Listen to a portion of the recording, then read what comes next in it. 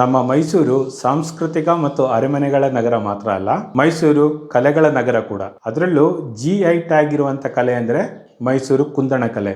ಈ ಕುಂದಣ ಕಲೆ ಅಥವಾ ವುಡ್ ಇನ್ಲೆ ವರ್ಕ್ ಪರಿಚಯ ಮಾಡ್ಕೊಳ್ಳೋಕ್ಕೆ ನಾವು ಅರುಣ್ ಫೈನ್ ಆರ್ಟ್ಸ್ಗೆ ಹೋಗೋಣ. ಅರುಣ್ ಫೈನ್ ಆರ್ಟ್ಸು ಸಂಪೂರ್ಣ ಕಾಂಟ್ಯಾಕ್ಟ್ ಡೀಟೇಲ್ಸ್ ನಾನು ಡಿಸ್ಕ್ರಿಪ್ಷನ್ ಹಾಕಿರ್ತೀನಿ. ಬನ್ನಿ ಅಲ್ಲೇ ಹೋಗಿ ಪರಿಚಯ ಮಾಡ್ಕೊಳ್ಳೋಣ.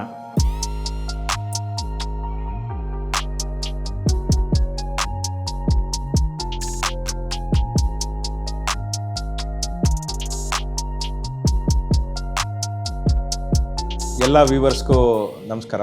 ನಾನು ಅಶೋಕ್ ಕುಮಾರ್, ಕುಂದಣ ಕಲೆಗಾರ, ಆರ್ಟಿಸ್ಟ್, ವುಡಿನ್ಲೆ ಆರ್ಟಿಸ್ಟ್ ಅಂತ ಹೇಳ್ಬೋದು. ಈ ವುಡಿನ್ಲೆ ಆರ್ಟಿಸ್ಟು ನಮ್ಮ ಮೈಸೂರಲ್ಲಿ ಭಾಳ ದಿವಸದಿಂದ ಇದೆ, ಆದರೆ ಭಾಳ ಜನಕ್ಕೆ ಗೊತ್ತಿಲ್ಲ ಅನ್ನೋದು ನನ್ನ ಭಾವನೆ. ಸೊ ವುಡಿನ್ಲೆ ಆರ್ಟಿಸ್ಟ್ ಅಂತ ಕರ್ಕೊಳ್ಳೋಕ್ಕೆ ನನಗೆ ಭಾಳ ಹೆಮ್ಮೆ ಇದೆ. ನಮ್ಮ ತಂದೆ ಹೆಸರು ಶ್ರೀಕಂಠಯ್ಯ. ಶ್ರೀಕಂಠಯ್ಯ ಅವರು ಅಣ್ಣ ಅಂದರೆ ನಮ್ಮ ದೊಡ್ಡಪ್ಪ ಬಂದು ಎಲ್ ನಾಗರಾಜ್ ಅವರು. ನಮ್ಮ ದೊಡ್ಡಪ್ಪ ಅವರು 1992 ನ್ಯಾಷನಲ್ ಅವಾರ್ಡ್ ತೊಗೊಂಡಿದ್ದಾರೆ. ನಮ್ಮ ತಂದೆಯವರು ಸ್ಟೇಟ್ ಅವಾರ್ಡ್ ಮೆರಿಟ್ ತೊಗೊಂಡಿದ್ದಾರೆ 2002ರಲ್ಲಿ. ಎಲ್ ಶ್ರೀಕಂಠ, ತಂದೆ ಹೆಸರು ಲಕ್ಷ್ಮಯ್ಯ. ನಾನು ಕೆಲಸ ಸ್ಟಾರ್ಟ್ ಮಾಡಿದ್ದು 1952. ಮೀರ್ ಸೌಕತ್ತಿನ ಹತ್ರ ಕೆಲಸ 67ರಲ್ಲಿ ಕೆಲಸ ಸ್ಟಾರ್ಟ್ ಮಾಡಿ ಕಲಿತೆ. ಆಮೇಲೆ ದಸರಾ ಎಕ್ಸಿಬಿಷನಲ್ಲಿ ಪಾರ್ಟಿಸಿಪೇಟ್ ಮಾಡಿದ್ದೆ. ಅಲ್ಲಿ ಪ್ರೈಸಸ್ಸು ಸಿಕ್ಕಿದೆ ಒಂದೆರಡು. ಆಮೇಲಿಂದ ಸ್ವಂತ ಉದ್ಯೋಗ ಮಾಡೋಕ್ಕೆ ಶುರು ಮಾಡಿದೆ. ಇದು ನಮ್ಮದು ವುಡ್ಡಿನ್ಲೆ ವರ್ಕಲ್ಲಿ ಒಂದು ಪಾರ್ಟ್ ಏನಂದರೆ ಕಟ್ಟಿಂಗ್ ಮಾಡೋದು. ಸೊ ಈ ಕಟ್ಟಿಂಗ್ ಮಾಡೋದಂದರೆ ಇದು ನೀವು ಕಂಪ್ಲೀಟ್ ಈ ಪಿಕ್ಚರ್ ನೋಡ್ಕೊಳ್ಳಿ. ಒಂದು ಪಾರ್ಟಲ್ಲಿ ನಿಮ್ಗೆ ಗೊತ್ತಾಗ್ತಾ ಇದೆ ಇಲ್ಲಿ ಏನೇನೆಲ್ಲ ಮಾಡಿದ್ದೀವಿ ಅಂತ. ಇದಕ್ಕೆ ಏನೇನೆಲ್ಲ ಉಪಯೋಗಿಸ್ತೀನಿ ಅಂತ ಇವಾಗ ಅಲ್ಲಿ ಟೇಬಲ್ ಮೇಲೆ ಹೇಳ್ತೀನಿ. ಇದು ಬಂದು ನ್ಯಾಚುರಲ್ ಕಲರ್ ವುಡ್ಗಳು. ಇದು ಸಂಪಿಗೆ ಮರ, ರಬ್ಬರ್ ವುಡ್ಡು, ಕಡ್ಗ ಮರ, ಮಡ್ಡಿ. ಸೊ ಈ ಥರ ಸುಮಾರು ಒಂದು 25 ಬೇರೆ ಬೇರೆ ವೆರೈಟೀಸ್ ಉಪಯೋಗಿಸ್ತೀನಿ ನೋಡಿ. ಇದು ಹುಣಸೆ ಮರ, ಇದು ಸ್ಲೇಟ್ ಮತ್ತು ಸುಮಾರು ಮರಗಳು ಈ ಥರದ್ದು ನ್ಯಾಚುರಲ್ ಕಲರ್ ವುಡ್ಡಲ್ಲಿ ಉಪಯೋಗಿಸ್ಕೊಂಡು ಮಾಡ್ತೀವಿ. ಕೆಲವು part commercial purpose. Some customers ಏನು ಮಾಡ್ತಾರೆ, ಆರ್ಟಿಫಿಷಿಯಲ್ ಕಲರ್ಗಳು ಕೇಳ್ತಾರೆ. ಸೊ ಅದಕ್ಕೋಸ್ಕರ ನಾವು ಈ ಥರ ಆರ್ಟಿಫಿಷಿಯಲ್ ಕಲರ್ಗಳು ಉಪಯೋಗಿಸ್ತೀವಿ. ಎಲ್ಲ ಡೈ ಮಾಡಿರೋಂಥ ಕಲರ್ಗಳು. ಇದು ಕಟಿಂಗ್ ಮಾಡೋಕ್ಕೆ ಉಪಯೋಗಿಸೋಂಥದ್ದು ಇದಕ್ಕೆ ಬೋ ಅಂತ ಹೇಳ್ತೀವಿ. ಸೊ ಇದಕ್ಕೆ ಈ ಚಿಕ್ಕದಾಗೆ ಈ 0.5 mm ಥಿಕ್ನೆಸ್ ಇರುತ್ತೆ ಹಿಂಗೆ ದಪ್ಪದಲ್ಲಿ. ಇದರಲ್ಲಿ ಹಲ್ಲುಗಳಿರುತ್ತೆ. ಸೊ ಈ ಹಲ್ಲುಗಳಿಂದ ಹಿಂಗೆ ಕಟಿಂಗ್ ಮಾಡ್ಕೊಂಡು ಹೋಗ್ತೀವಿ. ನಾನು ತನುಜಾ ಅಶೋಕ್ ಅಂತ, ಅಶೋಕ್ ಅವ್ರ ಹೆಂಡತಿ. ಈ ಡಿಸೈನ್ನ ತಗೊಂಡು ಕಲರ್ಸ್ ಸೆಟ್ ಮಾಡಿಕೊಂಡು ಅದ್ರ ತಕ್ಕಂಗೆ ಯಾವ್ದು ಕಲರ್ಸ್ ಬೇಕು ವುಡ್ಗೆ ಅದದ್ದು ಸೆಲೆಕ್ಟ್ ಮಾಡ್ಕೊಂಡು ಅದ್ರ ಮೇಲೆ ಅಂಟಿಸ್ಕೋತೀವಿ ಈ ಡ್ರಾಯಿಂಗ್ನ ಈ ವುಡ್ ಮೇಲೆ. ಸೊ ಇವಾಗ ನಮಗೆ ಬೇಕಾಗಿರೋದು ಇದು ರೋಸ್ ವುಡ್ಡು. ಅದ್ರ ಮೇಲೆ ಪೇಸ್ಟ್ ಮಾಡಿಕೊಂಡು ಕಟ್ಟಿಂಗ್ ಸ್ಟಾರ್ಟ್ ಮಾಡ್ತಾರೆ.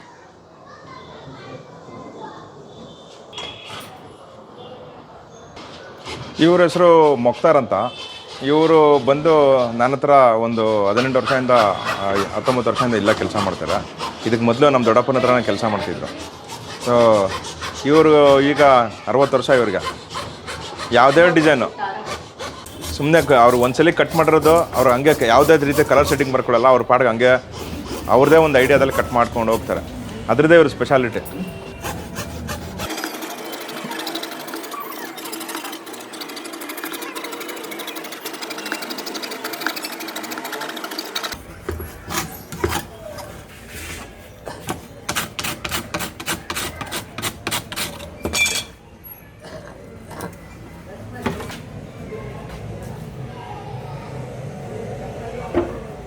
ಈಗ ಇದರಲ್ಲಿ ತಾವು ನೋಡಿದ್ದೇನೆಂದ್ರೆ ದೇಸಿ ಗೇಮ್ ಇದು.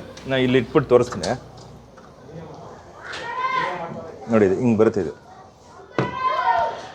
ಇಲ್ಲಿ ಎಲ್ಲ ಹಳೆ ಕಾಲದ ದೇಸಿ ಗೇಮ್ಗಳಿದೆ ನೋಡಿ. ಲಗೋರಿ ಆಡ್ತಾ ಇರೋದು, ಸೈಕಲ್ ಕಲಿತಾ ಇರೋದು, ಬುಗುರಿ, ಮತ್ತು ಚಿನ್ನಿಕೋಲು, ಕುಂಟೆಬಿಲ್ಲೆ ಆಡ್ತಾ ಇರೋದು, ಕ್ಯಾಟ್ರಿ ಪಿಲ್ಲರು, ಗಾಳಿಪಟ, ಉಯ್ಯಾಲೆ, ಜೋಕಾಲಿ ಆಡ್ತಾ ಇರೋದು, ಮತ್ತು ಸೈಕಲಲ್ಲಿ ಬೆಲೂನ್ ಮಾರ್ತಾ ಇರೋದು ನೋಡಿ. ಇಲ್ಲಿ ಗಿಲ್ಲಿದಾಂಡು, ಇದು ಆಣೆಕಲ್ಲು ಆಡ್ತಾ ಇರೋದು, ಮತ್ತು ಇದು ಟೈರ್ ಬಂಡಿ ಓಡಿಸ್ತಾ ಇರೋದು.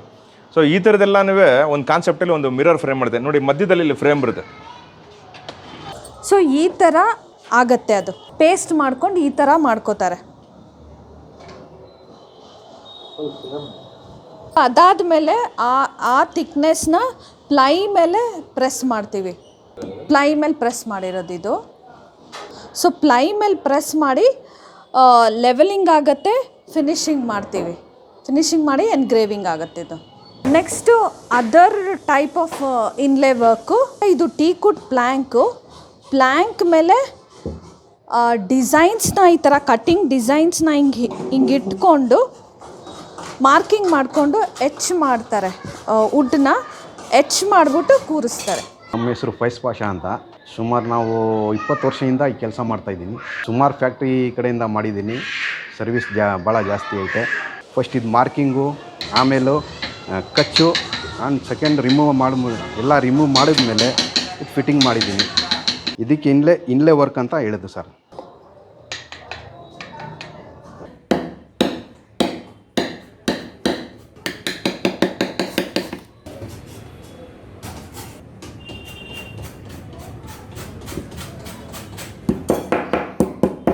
ಸರ್ ಇದು ಕಬ್ಬಿಣದ ಕಡ್ಡಿ. ಇದೆಲ್ಲ ಮಾರ್ಕಿಂಗ್ ಯೂಸ್ ಮಾಡ್ತೀನಿ. ಫಸ್ಟ್ ನಾವು ಇದರಲ್ಲಿ ಮಾರ್ಕಿಂಗ್ ಮಾಡ್ತಾಯಿದ್ದೆ. ಹೆಂಗೈತೆ ಇದು ಈ ಥರ ಫಸ್ಟು ಈ ಥರ ಮಾರ್ಕಿಂಗ್ ಮಾಡ್ತಾಯಿದ್ದೆ. ಈಗ ಸುಲಭ ಆಗೈತೆ, ಅದಕ್ಕೆ ಈಗ ಪೆನ್ ಮಾರ್ಕಿಂಗ್ ಆಗ್ತಾಯಿದ್ದೀನಿ.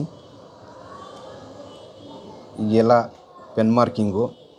ಇದು ಮಾರ್ಕಿಂಗ್ ಆದಮೇಲೆ ನೆಕ್ಸ್ಟ್ ಇದ್ರದ್ದು ಈ ಕೆಲಸ ಈಗ ಕಟ್ ಮಾಡೋದಕ್ಕೆ. ಈಗ ಇಲ್ಲಿ ನಾನು ಕಟ್ ಮಾಡಿದ್ದೆ. ಈ ಚಿನ್ನನ ಈ ಟೂಲ್ಸಿಂದ ನಾವು ಈ ಥರ ಕಟ್ ಮಾಡ್ಕೊಂಡು ಹೋಗ್ತೀವಿ. ಆ ಮಾರ್ಕಿಂಗ್ ಮೇಲೇ ಕಟ್ಟಿಂಗ್ ಮಾಡಿಕೊಂಡು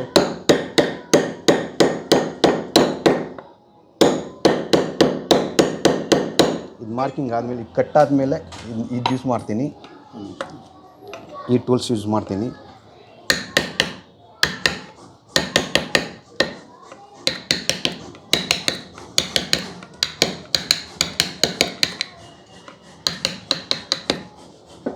ಇದೇ ಥರ ಎಲ್ಲ ಟೂಲ್ಸ್ನ ಈ ಥರ ಮಾಡೋದು. ಇದು ಜಾಸ್ತಿ ಓವರ್ ಅಗಲ ಇದ್ದರೆ, ಫಿಗರ್ ಜಾಸ್ತಿ ದೊಡ್ಡದಿದ್ದರೆ, ಒಂದು ಪೊಸಿಷನ್ ಜಾಸ್ತಿ ಇದ್ದರೆ ಇದರಲ್ಲಿ ಈ ಥರ ತೆಗಿತೀವಿ.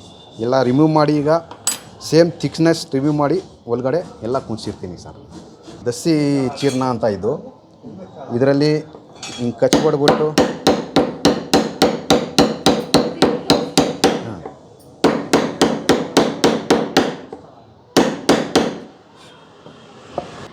ಇದು ಮಾರ್ಕಿಂಗ್ ಸರ್. ಇದು ಕಡ್ಡಿ ಸ್ಟ್ರೈಟ್ ಕಡ್ಡಿ ಮಾರ್ಕಿಂಗ್ ಹಾಕೊಳ್ಳೋಕ್ಕೆ.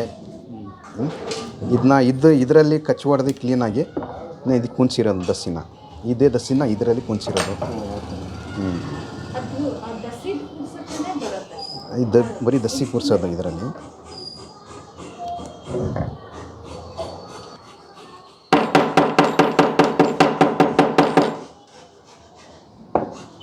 ಇದೇ ಲೈನ್ಸು. ಈ ಲೈನ್ಸು ಇದರಲ್ಲಿ ಫಿಟ್ಟಿಂಗ್ ಮಾಡಿರೋದು. ಈ ಕಡ್ಡಿನ ಸೇಮ್ ಈ ಟೂಲ್ಸ್ನ ಯೂಸ್ ಮಾಡೋದು. ಇದು ರೋಸ್ವುಡ್ ಮೇಲೆ ಇನ್ಲೇ ಮಾಡಿರೋದು. ಇದು ಟೀಕುಡ್ ಮೇಲೆ ಇನ್ಲೇ ಮಾಡಿರೋದು. ಇದು ರೋಸ್ವುಡ್ ದೇವ್ರ ಮನೆಗೆ ಆ ಕಡೆ ಈ ಕಡೆ ಇದು ವಾಲ್ ಪ್ಯಾನಲಿಂಗ್ಗೆ. ಇದು ಅಷ್ಟಗಣಪತಿ. ಇದೆಲ್ಲ ಫರ್ನಿಚರ್ಸು. ಇದು ಪರ್ಪಲ್ ಆರ್ಟ್ ಅಂತ ವುಡ್. ಇದು ಆಸ್ಟ್ರೇಲಿಯನ್ ವುಡ್ಡು. ಅದ್ರ ಮೇಲೂ ಇನ್ಲೇ ವರ್ಕ್ ಆಗಿದೆ. ಇದೂ ನ್ಯಾಚುರಲ್ ಕಲರ್ ವುಡ್ಡೇ. Teakwood, rosewood. ಇದು ಪರ್ಪಲ್ ಹಾರ್ಟ್ ಅಂತ ಆಸ್ಟ್ರೇಲಿಯನ್ ವುಡ್ಡು, ನ್ಯಾಚುರಲ್ ಕಲರ್ ವುಡ್ಡೇನೆ. ಇನ್ಲೇ ವರ್ಕ್ ಯಾವ ಟೈಪ್ ವುಡ್ ಮೇಲಾದ್ರೂ ಮಾಡ್ಬೋದು. ಇದು ರಬ್ಬರ್ ವುಡ್ ಮೇಲೆ ಮಾಡಿರೋದು ಇನ್ಲೇ ವರ್ಕ್. ಇದು ಒಂದು ಡಿಸೈನ್ ರಬ್ಬರ್ ವುಡ್ಡೆ. ಇದು ಅದೇ ಪರ್ಪಲ್ ಹಾರ್ಟ್. ಸೊ ಇದು ಟೈಗರು. ಇದನ್ನು ಕಟ್ ಮಾಡೋಕ್ಕೆ 15 to 20 days ಬೇಕು. ಇದರಲ್ಲಿ ಉಪಯೋಗಿಸಿರೋದು ಇದು ಸ್ವಲ್ಪ ಬ್ಲ್ಯಾಕು. ಮುಂಚೆ ಎಲ್ಲ ಎಬೋನಿ ಉಪಯೋಗಿಸ್ತಾಯಿದ್ರು. ಎಬೋನಿ, ಈ ಬ್ಲ್ಯಾಕ್ಗೆ ಎಬೋನಿ ಉಪಯೋಗಿಸ್ತಾಯಿದ್ರು. ಇವಾಗ ಬ್ಲ್ಯಾಕ್ ಪ್ಲಾಸ್ಟಿಕ್ ಉಪಯೋಗಿಸ್ತೀವಿ. Black plastic. ಇದು ದೂದಿ. ಇದು ನ್ಯಾಚುರಲ್ ಪತಂಗ ಬರುತ್ತೆ, ಪೊಡ್ಯಾಕ್ ಅಂತ ಕರಿತೀವಿ ಅದು. ಇದಕ್ಕೆ ಸ್ವಲ್ಪ ಪ್ಲಾಸ್ಟಿಕ್ ಉಪಯೋಗಿಸಿದ್ದೀವಿ. ಸೊ ಇದು ಒಂದು ಪೀಸ್ ಕಟ್ ಮಾಡೋಕ್ಕೆ ಬರೀ ಕಟ್ಟಿಂಗ್ ವರ್ಕ್ ಇದಕ್ಕೆ 15 to 20 days ಬೇಕಾಗತ್ತೆ. ಫಿನಿಶಿಂಗಿಗೆಲ್ಲ 1 month ಬೇಕಾಗತ್ತೆ. ನಾನು ಕೆಳಗಡೆ ವುಡ್ ಕಟ್ಟಿಂಗ್ ಮಾಡೋ ಜಾಗದಲ್ಲಿ ನಿಮಗೆ ಮರಗಳ ಬಗ್ಗೆ ತೋರಿಸಿದ್ದೆ. ಅಲ್ಲಿ ನಾನು ಕೆಲವು ಮಾತ್ರ ತೋರಿಸಿದೆ. ಇದರಲ್ಲಿ ನೋಡಿ, ಕೆಲವು ಮರ 2 ಅಡಿ ಇದೆ, ಬಟ್ ಶೇಡಿಂಗ್ ಎಲ್ಲ ಯಾವ ಥರ ಬರ್ಬೋದು ಅನ್ನೋ ತೋರಿಸಿದ್ದೀನಿ. ಮರಗಳ ಬಗ್ಗೆ ನಾನು ಹೇಳ್ತಾ ಹೋಗ್ತೀನಿ. ಇಲ್ಲಿ ನೀವು ನೋಡ್ತಾ ಇರೋದು ಸುಮಾರು ಮರಗಳಿದೆ. ಇದು ಅಲ್ಲದೆ ಇದರಲ್ಲಿ ಇಲ್ಲಿ ಇಲ್ಲದೆ ಇರೋದು ಇನ್ನೂ ಕೆಲವು ಇದೆ ನನ್ನ ಹತ್ರ. ಅದ್ರಾಗ ನಾನು ಇಲ್ಲಿಲ್ಲ. ಇದು ನೋಡಿ, ರೋಸ್ವುಡಲ್ಲಿ ಇದು ಲೈಟ್ ಕಲರ್ ಇದೆ, ಇದು ಮೀಡಿಯಮ್ ಆಗಿದೆ, ಇದು ಕಪ್ಪು. ಇದು ಕೆಂಪಿದೆ. ಸೊ ಅದೇ ಥರ ಇದು ಸಿಲ್ವರ್ ವುಡ್ಡು, ಮಡ್ಡಿ ಡಾರ್ಕಲ್ಲಿದೆ ನೋಡಿ. ಇದು ಇದು ಇದು ಇದು ಇದೆಲ್ಲನೂ ಮಡ್ಡಿ, ಡಾರ್ಕ್ ಮಡ್ಡಿಗಳು. ಸೊ ಇದು ನೋಡಿ ರಬ್ಬರ್ ವುಡ್ಡು. ಇದೇ ಥರ ಹುಣಸೆ ಮರ ಬರುತ್ತೆ. ಮತ್ತು ಇದು ಆಲೆ ಮರ. ಇದು ಪೊಡಕ್. ಇದೆರಡು ಪೊಡಕ್ ಒಂದೇ ಮರನೇ ಇದು. ಅದರಲ್ಲೇನು ಶೇಡ್ ಏನು ಚೇಂಜಸ್ ಬರೋಲ್ಲ ನೋಡಿ. ಇದು ಸಿಲ್ಕುಡ್ ಅಂದರೆ ಚಂಪಾ ಮರ ನೋಡಿ. ಇದು ಸಿಲ್ಕುಡ್ದೇನೆ ನೋಡಿ. ಇದು ಸ್ಲೆಟ್ ಮತ್ತು ಇದು ಹಲ್ಸು ಮಡ್ಡಿ. ಇದು ಹೊನ್ನೆ. ಇದಿಷ್ಟು ನೋಡಿ, ಇದಿಷ್ಟು ಆರ್ಟಿಫಿಷಿಯಲ್ ಕಲರು. ಇದರಲ್ಲೊಂದು 5 ಕಲರ್ ಆರ್ಟಿಫಿಷಿಯಲ್ ಬರುತ್ತೆ. ಇದಲ್ಲದೆ ಇನ್ನೊಂದು 2-3 ಬರುತ್ತೆ, ನಾವು ಉಪಯೋಗಿಸ್ತಾ ಇಲ್ಲ. ಇದಲ್ಲದೆ ಅಕ್ರಲಿಕ್ ಉಪಯೋಗಿಸ್ತೀವಿ. ಅಕ್ರಲಿಕ್ಕಲ್ಲಿ ನಾವು 2 ಥರ ಉಪಯೋಗಿಸ್ತೀವಿ. ಒಂದು ವೈಟಲ್ಲಿ ಸ್ವಲ್ಪ ಕ್ರೀಮು ಬರುತ್ತೆ, ಮತ್ತು ಇದೊಂದು ಬ್ಲ್ಯಾಕು. ಈ ಕೆಲವು ಕಮರ್ಷಿಯಲ್ ಪರ್ಪಸ್ಸು ನಾವು ಇದಿಷ್ಟನ್ನು ಈ ಕಮರ್ಷಿಯಲ್ ಪರ್ಪಸಲ್ಲಿ ಉಪಯೋಗಿಸ್ತೀವಿ. ಇದಿಷ್ಟು ನೋಡಿ, ಇಲ್ಲಿ ನಾನು ಹಿಡ್ಕೊಂಡಿರೋದು ಇಷ್ಟೂ ಮರ ರೋಜುಡೇನೆ ನೋಡಿ. ಇದು ತೀರಾ ಡಾರ್ಕ್ ಇದೆ, ಇದು ಕೆಂಪಿದೆ, ಇದು ಸ್ವಲ್ಪ ಲೈಟ್ ಬ್ರೌನ್ ಥರ ಬಂದಿದೆ, ಇದು ಸ್ವಲ್ಪ ಯೆಲ್ಲೋಯಿಶ್ ಇದೆ, ಇದು ಅದರಲ್ಲೇ ಸ್ವಲ್ಪ ಡಾರ್ಕ್ ಇದೆ, ಈ ಪೂರ್ತಿ ಯೆಲ್ಲೋಯಿಶ್ ಇದೆ, ಪೂರ್ತಿ ಕೆಂಪಿದೆ.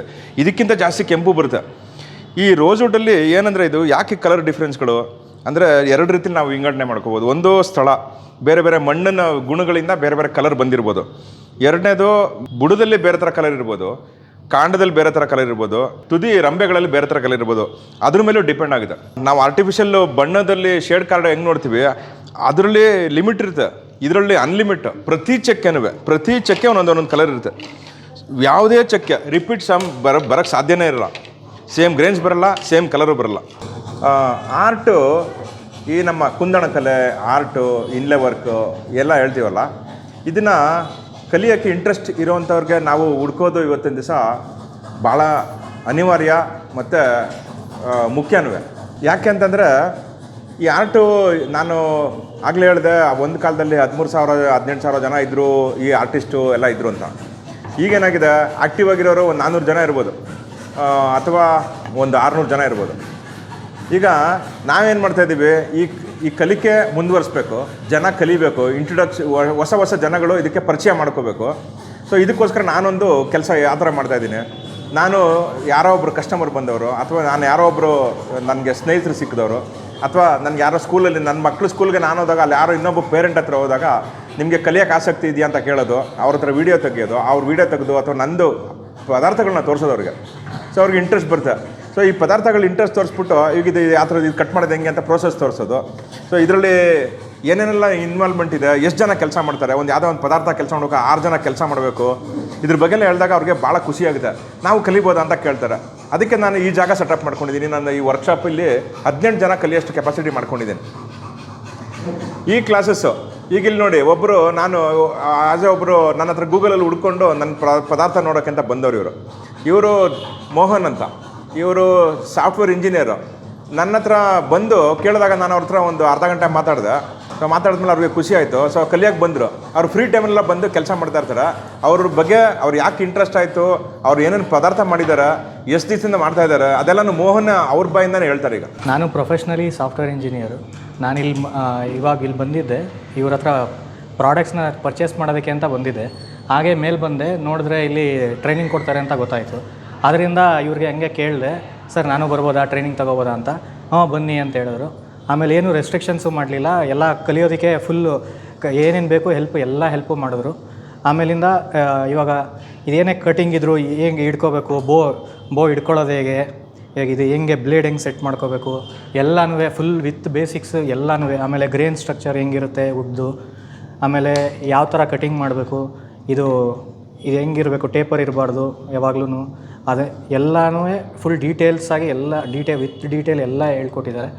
ಇದು ನೋಡಿ, ಕಂಟೆಂಪ್ರರಿ ಡಿಸೈನ್ ಇದು ನೋಡಿ, ಇದೆಲ್ಲ ಕಾಫಿ ಕೋಸ್ಟರ್ಗಳು. ಇದು ಫಸ್ಟ್ ಕಟ್ ಮಾಡಿರೋದು. ಆಮೇಲೆ ಇದು ಆನೆ, ಇದೆಲ್ಲ ಕೋಸ್ಟರ್ಗಳು. ಆಮೇಲೆ ಇದೆಲ್ಲ ಕಂಟೆಂಪ್ರರಿ ಡಿಸೈನ್ಸು. ಆಮೇಲೆ ಇದು ಶಿವಾಜಿ ರೆಂಡೀರು, ಇದು ಅಷ್ಟೇ ವಿತ್ ಬಾರ್ಡರು ಎಲ್ಲ ಚೇಂಜ್ ಇದೆ. ಇವು A4 ಸೈಜ್ ಇದೆ, ಆದರೆ ಬಟ್ ವರ್ಕ್ ಅಷ್ಟಿದೆ. ಇದು girl with the pearl earring, ಇದೆಲ್ಲ ನಾನೇ ಮಾಡಿರೋದು. ಇದು ಹಿಂಗೆ ಅಮ್ಮ ಮಗಳು, ಇದು ಅಷ್ಟೇ ಮಾಡ್ರನ್ ಆರ್ಟ್ ಎಲ್ಲ. ಆಮೇಲೆ ಇದು ಭಗತ್ ಸಿಂಗು, ಎಲ್ಲ ಟೈಪ್ದು ಒಂದೊಂದು ಪೋರ್ಟ್ರೇಟ್ಸು ಆ ಥರ ಒಂದೊಂದು ಮಾಡಿರೋದು ನಾನು. ಇದು ಚಾರ್ಲಿ ಚಾಂಪ್ಲಿನು.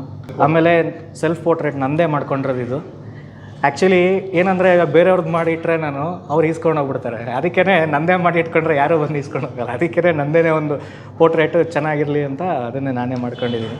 ಇದು ವಿಜಯ್ ದಿವಸ್ಗೆ ಒಂದು ಮಾಡಿದ್ದು. ಬರೀ ಹಿಂದೂಸ್ದು ಮತ್ತು ಕ್ರಿಶ್ಚಿಯನ್ಸ್ದು ಜಾಸ್ತಿ ನೋಡಿದೆ, ಅದಕ್ಕೋಸ್ಕರ ಇದು ಒಂದು ಇರಲಿ ವೆರೈಟಿ ಅಂತ ಹೇಳ್ಬಿಟ್ಟು ಇದು ಒಂದು ಮಾಡಿದ್ದೆ. ಆಮೇಲೆ ಬರೀ ಇಂಡಿಯಾಗೆ ರೆಸ್ಟ್ರಿಕ್ಟ್ ಆಗಿಲ್ಲ, ಇದು ಇಂಟರ್ನ್ಯಾಷನಲ್ಲು ಬಾಬ್ ಮಾರ್ಲೆ ಇದನ್ನು ಮಾಡಿದ್ದೀನಿ. ಈ ಥರ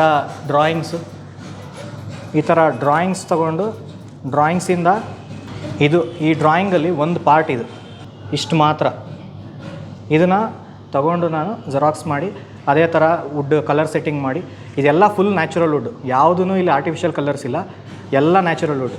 ನಿಮಗೆ ಮಾರ್ಕೆಟ್ ಕಲಿಬೇಕು ಅಂತ ಯಾಕೆ ಅನ್ನಿಸ್ತವೆ, ಅಂದರೆ ಈ ವುಡ್ಡಿಂದ ಕಲಿಬೇಕು ಅಂತ ಯಾಕೆ ಅನ್ನಿಸ್ತವೆ? ಇದು ನಾನು ಆ್ಯಕ್ಚುಲಿ ತಗೊಳಕ್ಕೆ ಬಂದಿದ್ದೆ, ಬಟ್ ಏನಂದರೆ ಇದರಲ್ಲಿ ಎಷ್ಟೊಂದು ವೆರೈಟಿಗಳಿದೆ. ಇದು ಇವಾಗ ಇದೇನೇ ನೀವು ಇನ್ನೊಂದು ಪೀಸ್ ಇದೇ ಥರ ಮಾಡಿದ್ರೆ ಹಿಂಗೆ ಕಾಣಿಸಲ್ಲ ಅದು, ಯಾಕಂದರೆ ವುಡ್ ಗ್ರೇನ್ ಸ್ಟ್ರಕ್ಚರ್ ಹಿಂಗೆ ಇರಲ್ಲ. ಈಗ ಇದನ್ನು ನಾರ್ತ್ ಇಂಡಿಯಾಗೆ ಹೋದರೆ ಬ್ರಾಸಲ್ಲಿ ಮಾಡ್ತಾರೆ, ಬೇರೆ ಮಾರ್ಬಲಲ್ಲಿ ಮಾಡ್ತಾರೆ, ಎಲ್ಲ ಕಡೆ ಮಾಡ್ತಾರೆ. ಆದರೆ ವುಡ್ಡಲ್ಲಿ ಮಾಡೋದು ಬರೀ ಮೈಸೂರಲ್ಲಿ ಮಾತ್ರ. ನಮ್ಮದೇ ಮೈಸೂರು, ನಾವು ಮೈಸೂರಲ್ಲೇ ಹುಟ್ಟಿ ಮೈಸೂರಲ್ಲೇ ಬೆಳೆದು ಎಲ್ಲ ಮಾಡಿ ಮೈಸೂರದ್ದು ಇರೋದನ್ನು ನಾವು ಇಂಟರ್ನ್ಯಾಷನಲ್ ಇದು ಮಾಡಬೇಕು, ಎಕ್ಸ್ಪೋರ್ಟ್ ಮಾಡಬೇಕು. ಅದನ್ನು ಬಿಟ್ಬಿಟ್ಟು ನಮ್ಮದು ಇದೆ ಅಂದ್ಬಿಟ್ಟು ಹೇಳ್ಬಿಟ್ಟು ನಮ್ಮದೇ ಮನೇಲಿ ಇಟ್ಕೊಂಡ್ರೆ ಅದು ಯಾರಿಗೂ ಗೊತ್ತಾಗೋದಿಲ್ಲ. ಅದಕ್ಕೆ ಅಡ್ವರ್ಟೈಸಿಂಗ್ ಮಾಡೋದಕ್ಕೆ ಅಂತ ನಾನು ಆ್ಯಕ್ಚುಲಿ ಸ್ಟಾರ್ಟ್ ಮಾಡಿದೆ. ಬಟ್ ಇಷ್ಟೊಂದು ಚೆನ್ನಾಗಿದೆಯಲ್ಲ, ನಾನೇ ಕಲ್ತ್ರೆ ಆಯಿತು. ಆದರೆ ಫಸ್ಟ್ ನಾವು ಬೇರೆಯವ್ರಿಗೆ ಹೇಳ್ಬೇಕಂದ್ರೆ ಫಸ್ಟ್ ನಮ್ಗೆ ಗೊತ್ತಿರಬೇಕು ಅದ್ರ ಬಗ್ಗೆ. ಅದಕ್ಕೋಸ್ಕರ ಅದನ್ನು ತಿಳ್ಕೊಳ್ಳೋದಕ್ಕೋಸ್ಕರ ನಾನೇ ಕಲಿಯೋಕ್ಕೆ ಸ್ಟಾರ್ಟ್ ಮಾಡಿದೆ. ಇವ್ರ ಹೆಸರು ಸುನಂದಮ್ಮ ಅಂತ. ಸೊ ಇವರು ಸುಮಾರು 14 ವರ್ಷದಿಂದ ಈ ಇನ್ಲೆ ಕಲೆಯಲ್ಲಿ ತೊಡಗಿಸ್ಕೊಂಡಿದ್ದಾರೆ. ಇವರು ಈ ಲೇಡಿದು ಥೀಮ್ದು ಜಾಸ್ತಿ ಕೆಲಸ ಇವ್ರ ಕೈಲೇ ಮಾಡಿಸ್ತೀನಿ. ಇದೇನು ಮಾಡ್ತೀನಿ, ಈ ಲೇಡಿ ಥೀಮ್ ಎಲ್ಲ ಮಾಡಿಬಿಟ್ಟು ಇದರಿಂದ ಫ್ರೇಮ್ ಮಾಡ್ತೀನಿ. ಫ್ರೇಮ್ದು ಫೈನಲ್ ಆಗಿರೋದು ಒಂದು ನಿಮ್ಗೆ ಆಮೇಲಿಂದ ತೋರಿಸ್ತೀನಿ. ಇದು ನೋಡಿ, ಪೂರ್ತಿ ಎಲ್ಲ ಥರ ವೆರೈಟೀಸ್ ಆಫ್ ಲೇಡಿ ಇರ್ತಾರೆ ಇದರಲ್ಲಿ, ಅಂದರೆ ಬೇರೆ ಬೇರೆ ಸ್ಟೇಟ್ದು ಬೇರೆ ಬೇರೆ ರೀತಿಲಿ. ಇದು ನೋಡಿ, ಇದೇ ಪಿಕ್ಚರು ನೋಡಿ, ಇದು ಆಫ್ಟರ್ ಫಿನಿಶ್ ಈ ಥರ ಬರ್ತಿದೆ, ಸೇಮ್ ಪಿಕ್ಚರ್ ಇದು ಸೈಜಲ್ಲಿ ವ್ಯತ್ಯಾಸ ಇದೆ. ಇದೆರಡು ಪೀಸ್ ಇವರು ಸುನಂದಮ್ಮರು ಮಾಡಿರೋದು. ನಾನು ಈಗ ಈ ನಮ್ಮ ವುಡ್ಡಿನಲ್ಲೇ ಸ್ವಲ್ಪ ಹಿನ್ನೆಲೆ ಅಥವಾ ನಾವು ಏನು ಹಿಸ್ಟ್ರಿ ಅಂತ ಹೇಳ್ತೀವಿ ಅದನ್ನು ಹೇಳ್ಕೊಂಡು ಹೋಗ್ತೀನಿ. ನಾನು ಈ ಕೆಲಸ ಕಲ್ತ್ಕೊಂಡಿದ್ದು ನಮ್ಮ ದೊಡ್ಡಪ್ಪ ಅವರಿಂದ. ನಮ್ಮ ದೊಡ್ಡಪ್ಪ ಅವರು ಬಂದು ಎಲ್ ನಾಗರಾಜ್ ಅಂತ. ಸೊ ಅವರು ಕೆಲಸ ಶುರು ಮಾಡಿದ್ದು ಚಿನ್ನಸ್ವಾಮಿ ಮುದ್ಯಾರ್ ಅಂತ ಇದ್ದರು. ಅವ್ರ ಹತ್ರ ಸ್ವಲ್ಪ ದಿವಸ ಕೆಲಸ ಕಲ್ತ್ಕೊಂಡು ಒಂದು ವರ್ಷ 2 ವರ್ಷ ಆಮೇಲಿಂದ ಮೀರ್ ಶೌಕತ್ ಅಲಿ ಅವ್ರ ಹತ್ರ ಕೆಲಸ ಕಲ್ತ್ಕೊಂಡಿದ್ದೆ. ಮೀರ್ ಶೌಕತ್ ಅಲಿ 1962 ಅವ್ರು ನ್ಯಾಷನಲ್ ಅವಾರ್ಡ್ ವಿನ್ನರು. ಸೊ ಅವರು ಮೀರ್ ಶೌಕತ್ ಅಲಿ ಅವ್ರ ಬಗ್ಗೆ ಹೇಳಿದ್ರೆ ನಾವು ಒಂದು ಚಿಕ್ಕದ ಹಿಸ್ಟ್ರಿ ಶುರು ಮಾಡಬೇಕಾಗುತ್ತೆ. ನಮ್ಮ ಆರ್ಟು ಹೆಂಗೆ ಬಂತು, ಯಾಕೆ ಬಂತು, ಮೈಸೂರಲ್ಲಿ ಯಾಕೆ ಉಳ್ಕೋತು ಅನ್ನೋದ್ರ ಬಗ್ಗೆ ಹೇಳ್ಕೊಂಡು ಆದಮೇಲಿಂದ ನಾನು ಇಂಟ್ರಡಕ್ಷನ್ ಜೊತೆಲಿ ನಾನು ನಮ್ಮ ಕಲೆ ಬಗ್ಗೆ ಹೇಳ್ಕೊಂಡು ಹೋಗ್ತೀನಿ. ಈ ಆರ್ಟು ನಮಗೆ ಶುರು ಆಗಿರೋದು ಬಂದಿರೋದು ಪರ್ಷಿಯಾಯಿಂದ ಅಂತ ನಮ್ಮ ದಾಖಲೆಯಲ್ಲಿದೆ. ಇದಕ್ಕಿಂತ ಮುಂಚೆ ಇದೆ, ಈಜಿಪ್ಟಲ್ಲಿದೆ, ಜಪಾನಲ್ಲಿದೆ ಅಂತೆಲ್ಲ ಹೇಳ್ತಾರೆ. ಆದರೆ ನಮ್ಮ ಒಂದು government development commissioner for handicrafts ಅವರ ರೆಕಾರ್ಡ್ ಪ್ರಕಾರದಲ್ಲಿ ಇದು ಪರ್ಷಿಯಾಯಿಂದ ಬಂದಿರೋದು ಅಂತ. ಪರ್ಷಿಯನ್ಸು ಬಂದು ನಮ್ಮ ಆಗ್ರಾದಲ್ಲಿರುವಂಥ ತಾಜ್ ಮಹಲ್ ಕಟ್ಟಕ್ಕೆ ಬಂದಿದ್ದಾರೆ. ಸೊ ತಾಜ್ ಮಹಲ್ ಕಟ್ಟಕ್ಕೆ ಬಂದವರಲ್ಲಿ ಆರ್ಟಿಜನ್ಸು ಅಲ್ಲಿ ತಾವೆಲ್ಲ ನೋಡಿರ್ಬೋದು, ತಾಜ್ ಮಹಲಲ್ಲಿ ಸ್ಟೋನಲ್ಲಿ ಇನ್ಲೇ ವರ್ಕ್ ಮಾಡಿದ್ದಾರೆ. ಕಲ್ಲನ್ನು ಕಲ್ಲೊಳಗಡೆ ಕೆತ್ತಿ ಚಿತ್ರ ಕೆಲಸ ಮಾಡಿ ಕೂರಿಸಿದ್ದಾರೆ. ಸೊ ಅದಕ್ಕೆ ಸ್ಟೋನ್ ಇನ್ಲೆ ಆರ್ಟ್. ಕನ್ನಡದಲ್ಲಿ ಇನ್ಲೆ ವರ್ಕಕ್ಕೆ ಕುಂದಣ ಕಲೆ ಅಂತೀವಿ. ಕಲ್ಲಿನ ಕುಂದಣ ಕೆಲಸದವರು ನೈಪುಣ್ಯತೆ ಹೊಂದಿದ್ದವರು ಇರಾನ್ ಅವರು. ಸೊ ಆವಾಗ ಪರ್ಷಿಯಾ ಆಗಿತ್ತು, ಈಗ ಇರಾನ್ ನಾವು ಕರೆಯೋದು. ಸೊ ಪರ್ಷಿಯನ್ಸು ತಾಜ್ ಮಹಲ್ ಕಟ್ಟಾದ್ಮೇಲೆ ಬೇರೆ ಬೇರೆ ಜಾಗದಲ್ಲಿ ಅದನ್ನ ಅವರು ವಲಸೆ ಹೋಗಿದ್ದಾರೆ. ಆ ವಲಸೆ ಹೋಗಿರೋರು ಇರ್ಬೋದು, ಅಥವಾ ಅಲ್ಲಿ ಲೋಕಲ್ ಜನ ಕಲ್ತವರು ಅಲ್ಲಲ್ಲಿ ವಾಪಸ್ ಹೋಗಿರ್ಬೋದು ಅಂತ ಒಂದು ಊಹೆ ಇದೆ. ನಮ್ಮ ಸರ್ಕಾರಿ ದಾಖಲೆ ಪ್ರಕಾರ ಇರೋದು ಅವರು ವಲಸೆ ಹೋಗಿದ್ದಾರೆ ಅಂತ. ಇವ್ರೇನು ಮಾಡಿದ್ದಾರೆ, 4 ಭಾಗದಲ್ಲಿ ಉಳ್ಕೊಂಡಿದ್ದಾರೆ. ಒಂದು ಆಗ್ರಾದಲ್ಲೇ, ಈಗಲೂ ಅಲ್ಲೇ ಸ್ಟೋನ್ ಇಲ್ಲೇ ನೋಡ್ಬೋದು, ಅಂದರೆ ಕಲ್ಲಿನ ಕುಂದಣ ಕೆಲಸ ನೋಡ್ಬೋದು. ಇನ್ನೊಂದು ಜಾಗ ಹೋಶಿಯಾರ್ಪುರ, ಅದು ಬಂದು ಪಂಜಾಬಲ್ಲಿದೆ. ಹೋಶಿಯಾರ್ಪುರಲ್ಲಿ ಏನು ಮಾಡ್ತಾರೆ, ಮರದಲ್ಲಿ ಆನೆ ದಂತದಲ್ಲಿ ಚಿತ್ರ ಕೆಲಸ ಮಾಡಿ ಕೂರಿಸ್ತಾಯಿದ್ರು. ಇವಾಗ ಅಕ್ರಲಿಕ್ ಮಾಡ್ತಾರೆ. ಆನೆ ದಂತ 72ನೇ ಇಸ್ವಿಲಿ ಬ್ಯಾನ್ ಆದಮೇಲಿಂದ ಈಗ ಅದನ್ನ ಏನು ಮಾಡ್ತಾರೆ, ಮರದಲ್ಲಿ ಅಕ್ರಲಿಕ್ನ ಫ್ಲವರ್ದೆಲ್ಲ ಡಿಸೈನ್ ಮಾಡಿಬಿಟ್ಟು ಅದನ್ನು ಕೂರಿಸ್ತಾರೆ. ಇನ್ನೊಂದು ಭಾಗ ಉತ್ತರಾಖಂಡಲ್ಲಿದೆ, ಅದಲ್ಲಿ ಸಹಾರಂಗ್ಪುರಲ್ಲಿ ಏನು ಮಾಡ್ತಾರೆ, ಬ್ರಾಸಲ್ಲಿ ನೀವೇನು ಇದೆಲ್ಲ ನಾವು ಚಿತ್ರ ಕೆಲಸ ಎಲ್ಲ ನೋಡ್ತೀರ, ಇದ್ರಲ್ಲೇನು ನಾವು ಮಾಡ್ತೀವಿ, ಇದು ಅಕ್ರಲಿಕ್ಕು ವುಡ್ಡೆಲ್ಲ ಆ ಥರ ಅಲ್ಲಿ ಬ್ರಾಸಲ್ಲಿ ಕೆಲಸ ಮಾಡ್ತಾರೆ. ಬ್ರಾಸಲ್ಲಿ ಈ ಹಿತ್ತಾಳೆ ಶೀಟಲ್ಲಿ ಚಿತ್ರಗಳನ್ನ ಕಟ್ ಮಾಡಿ ಅದನ್ನು ಮರದೊಳಗಡೆ ಕೂರಿಸ್ತಾರೆ. ಅದು ಹಿತ್ತಾಳೆ ಕುಂದಣ ಕಲೆ ಆಗುತ್ತೆ. ಸೊ ಇಲ್ಲಿ 3 ಆಯಿತು. 4ನೇದೇನಾಯಿತು, ಆಗಿನ ಕಾಲದಲ್ಲಿ ನಮ್ಮ ಮೈಸೂರು ಮಹಾರಾಜರು ಭಾಳ ದೂರದೃಷ್ಟಿ ಉಳ್ಳವರಾಗಿದ್ದರು. ಅವ್ರು ಏನು ಮಾಡಿದ್ರು, ಈ ಕಲೆನ ನಮ್ಮ ಮೈಸೂರಲ್ಲಿ ಉಳಿಸ್ಕೋಬೇಕು ಅಥವಾ ಬೆಳೆಸ್ಬೇಕು ಅನ್ನೋ ಉದ್ದೇಶಕ್ಕೆ ಆಗ ಅಲ್ಲಿಂದ ಆರ್ಟಿಸ್ಟ್ ಕರ್ಕೊಂಡು ಬಂದರು.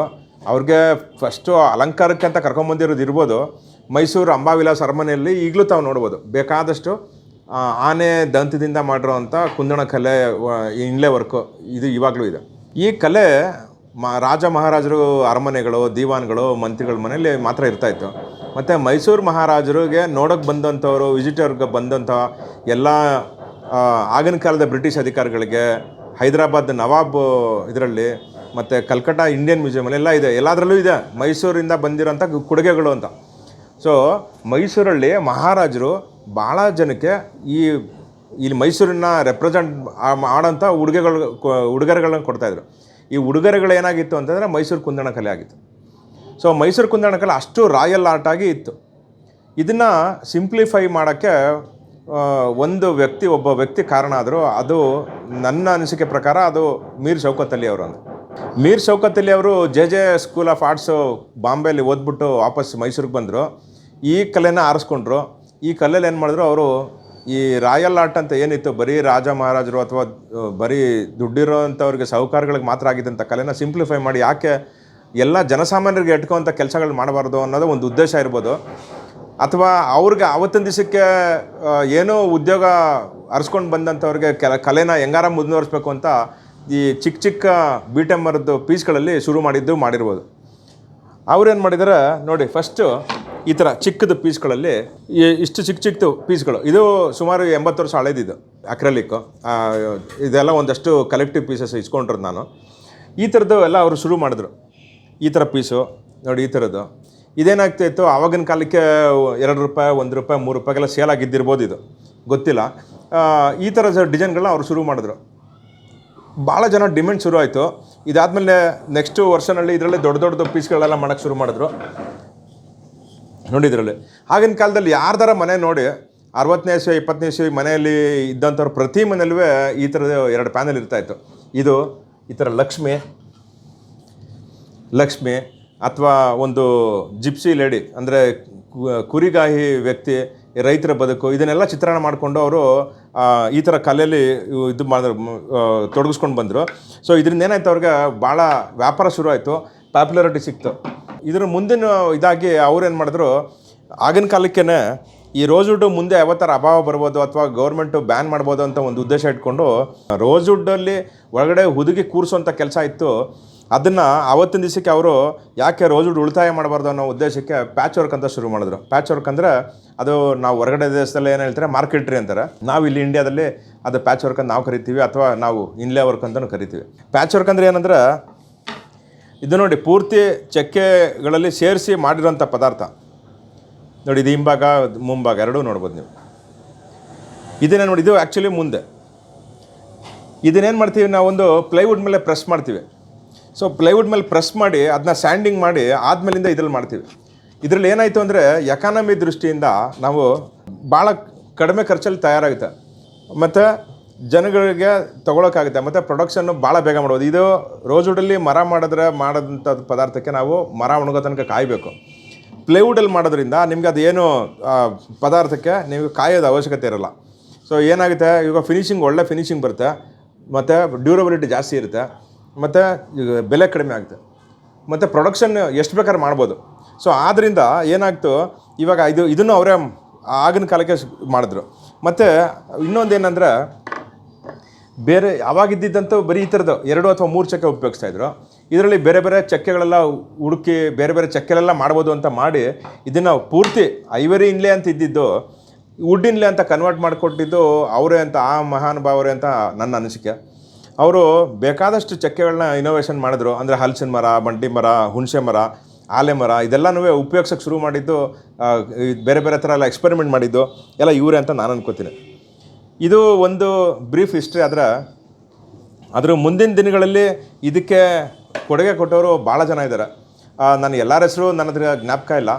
ಒಬ್ಬರು ಆಗಿನ ಕಾಲದಲ್ಲಿ ವೆಂಕಟರಾವ್ ಅಂತ ಇದ್ದರು, ಮತ್ತು ಅವರು ಶಾರದಾ ಫೈನ್ ಆರ್ಟ್ಸ್ ಅಂತ ಇತ್ತು.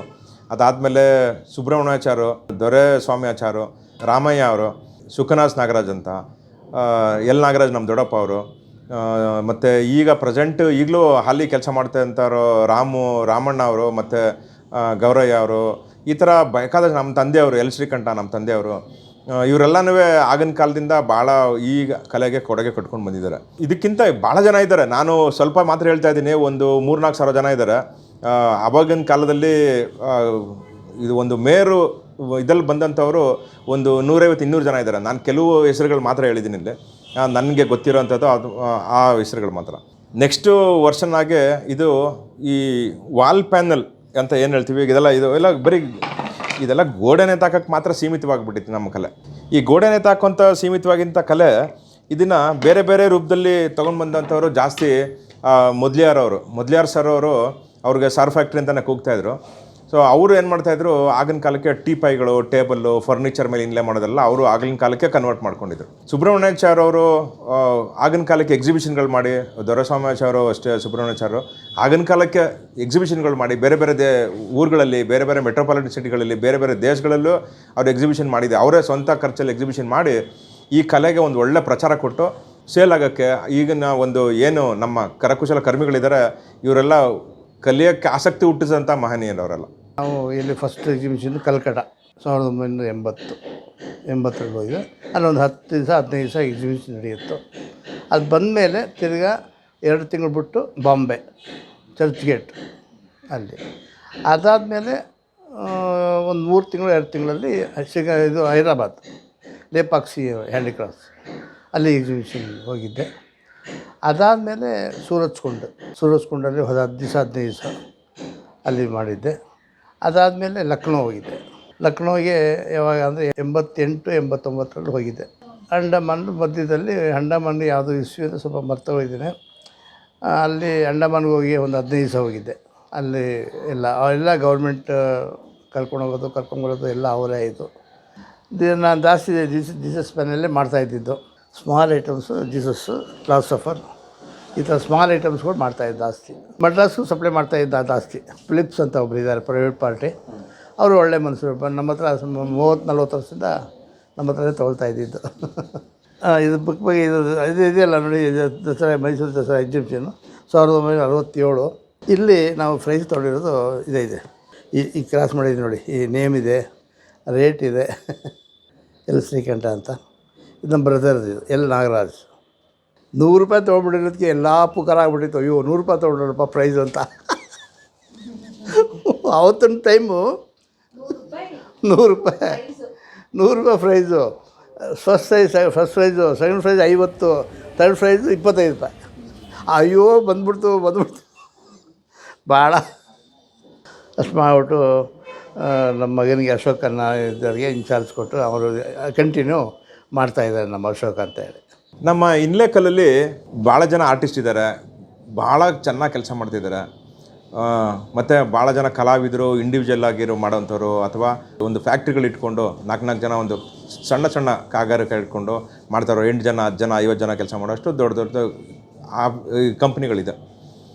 ಸೊ ಏನಾಗ್ತಾಯಿದೆ ನಮ್ಮಲ್ಲಿ ಈಗ ಯಾರೇ ನಮ್ಮ ಕುಂದಣ ಕಲೆ ಒಂದು ವರ್ಕ್ಶಾಪ್ಗೆ ಇರ್ಬೋದು, ಅಥವಾ ಒಬ್ಬ ಆರ್ಟಿಸನ್ಗೆ ನೀವು ಮಾತಾಡಿಸ್ರೆ ಇರ್ಬೋದು, ಅವ್ರು ಹೇಳೋದು ಎಲ್ಲರೂ ಒಂದೇ ವರ್ಡು, ಈಗ ಸದ್ಯಕ್ಕೆ ನಮಗೆ ಮಾರ್ಕೆಟ್ ಇಲ್ಲ, ನಾವು ಸೇಲ್ ನಮಗೆ ಕಮ್ಮಿ ಆಗಿಬಿಟ್ಟಿದೆ, ನಾವೇನಾದ್ರು ಬೇರೆ ಕೆಲಸ ಮಾಡಬೇಕು ಅಂತ.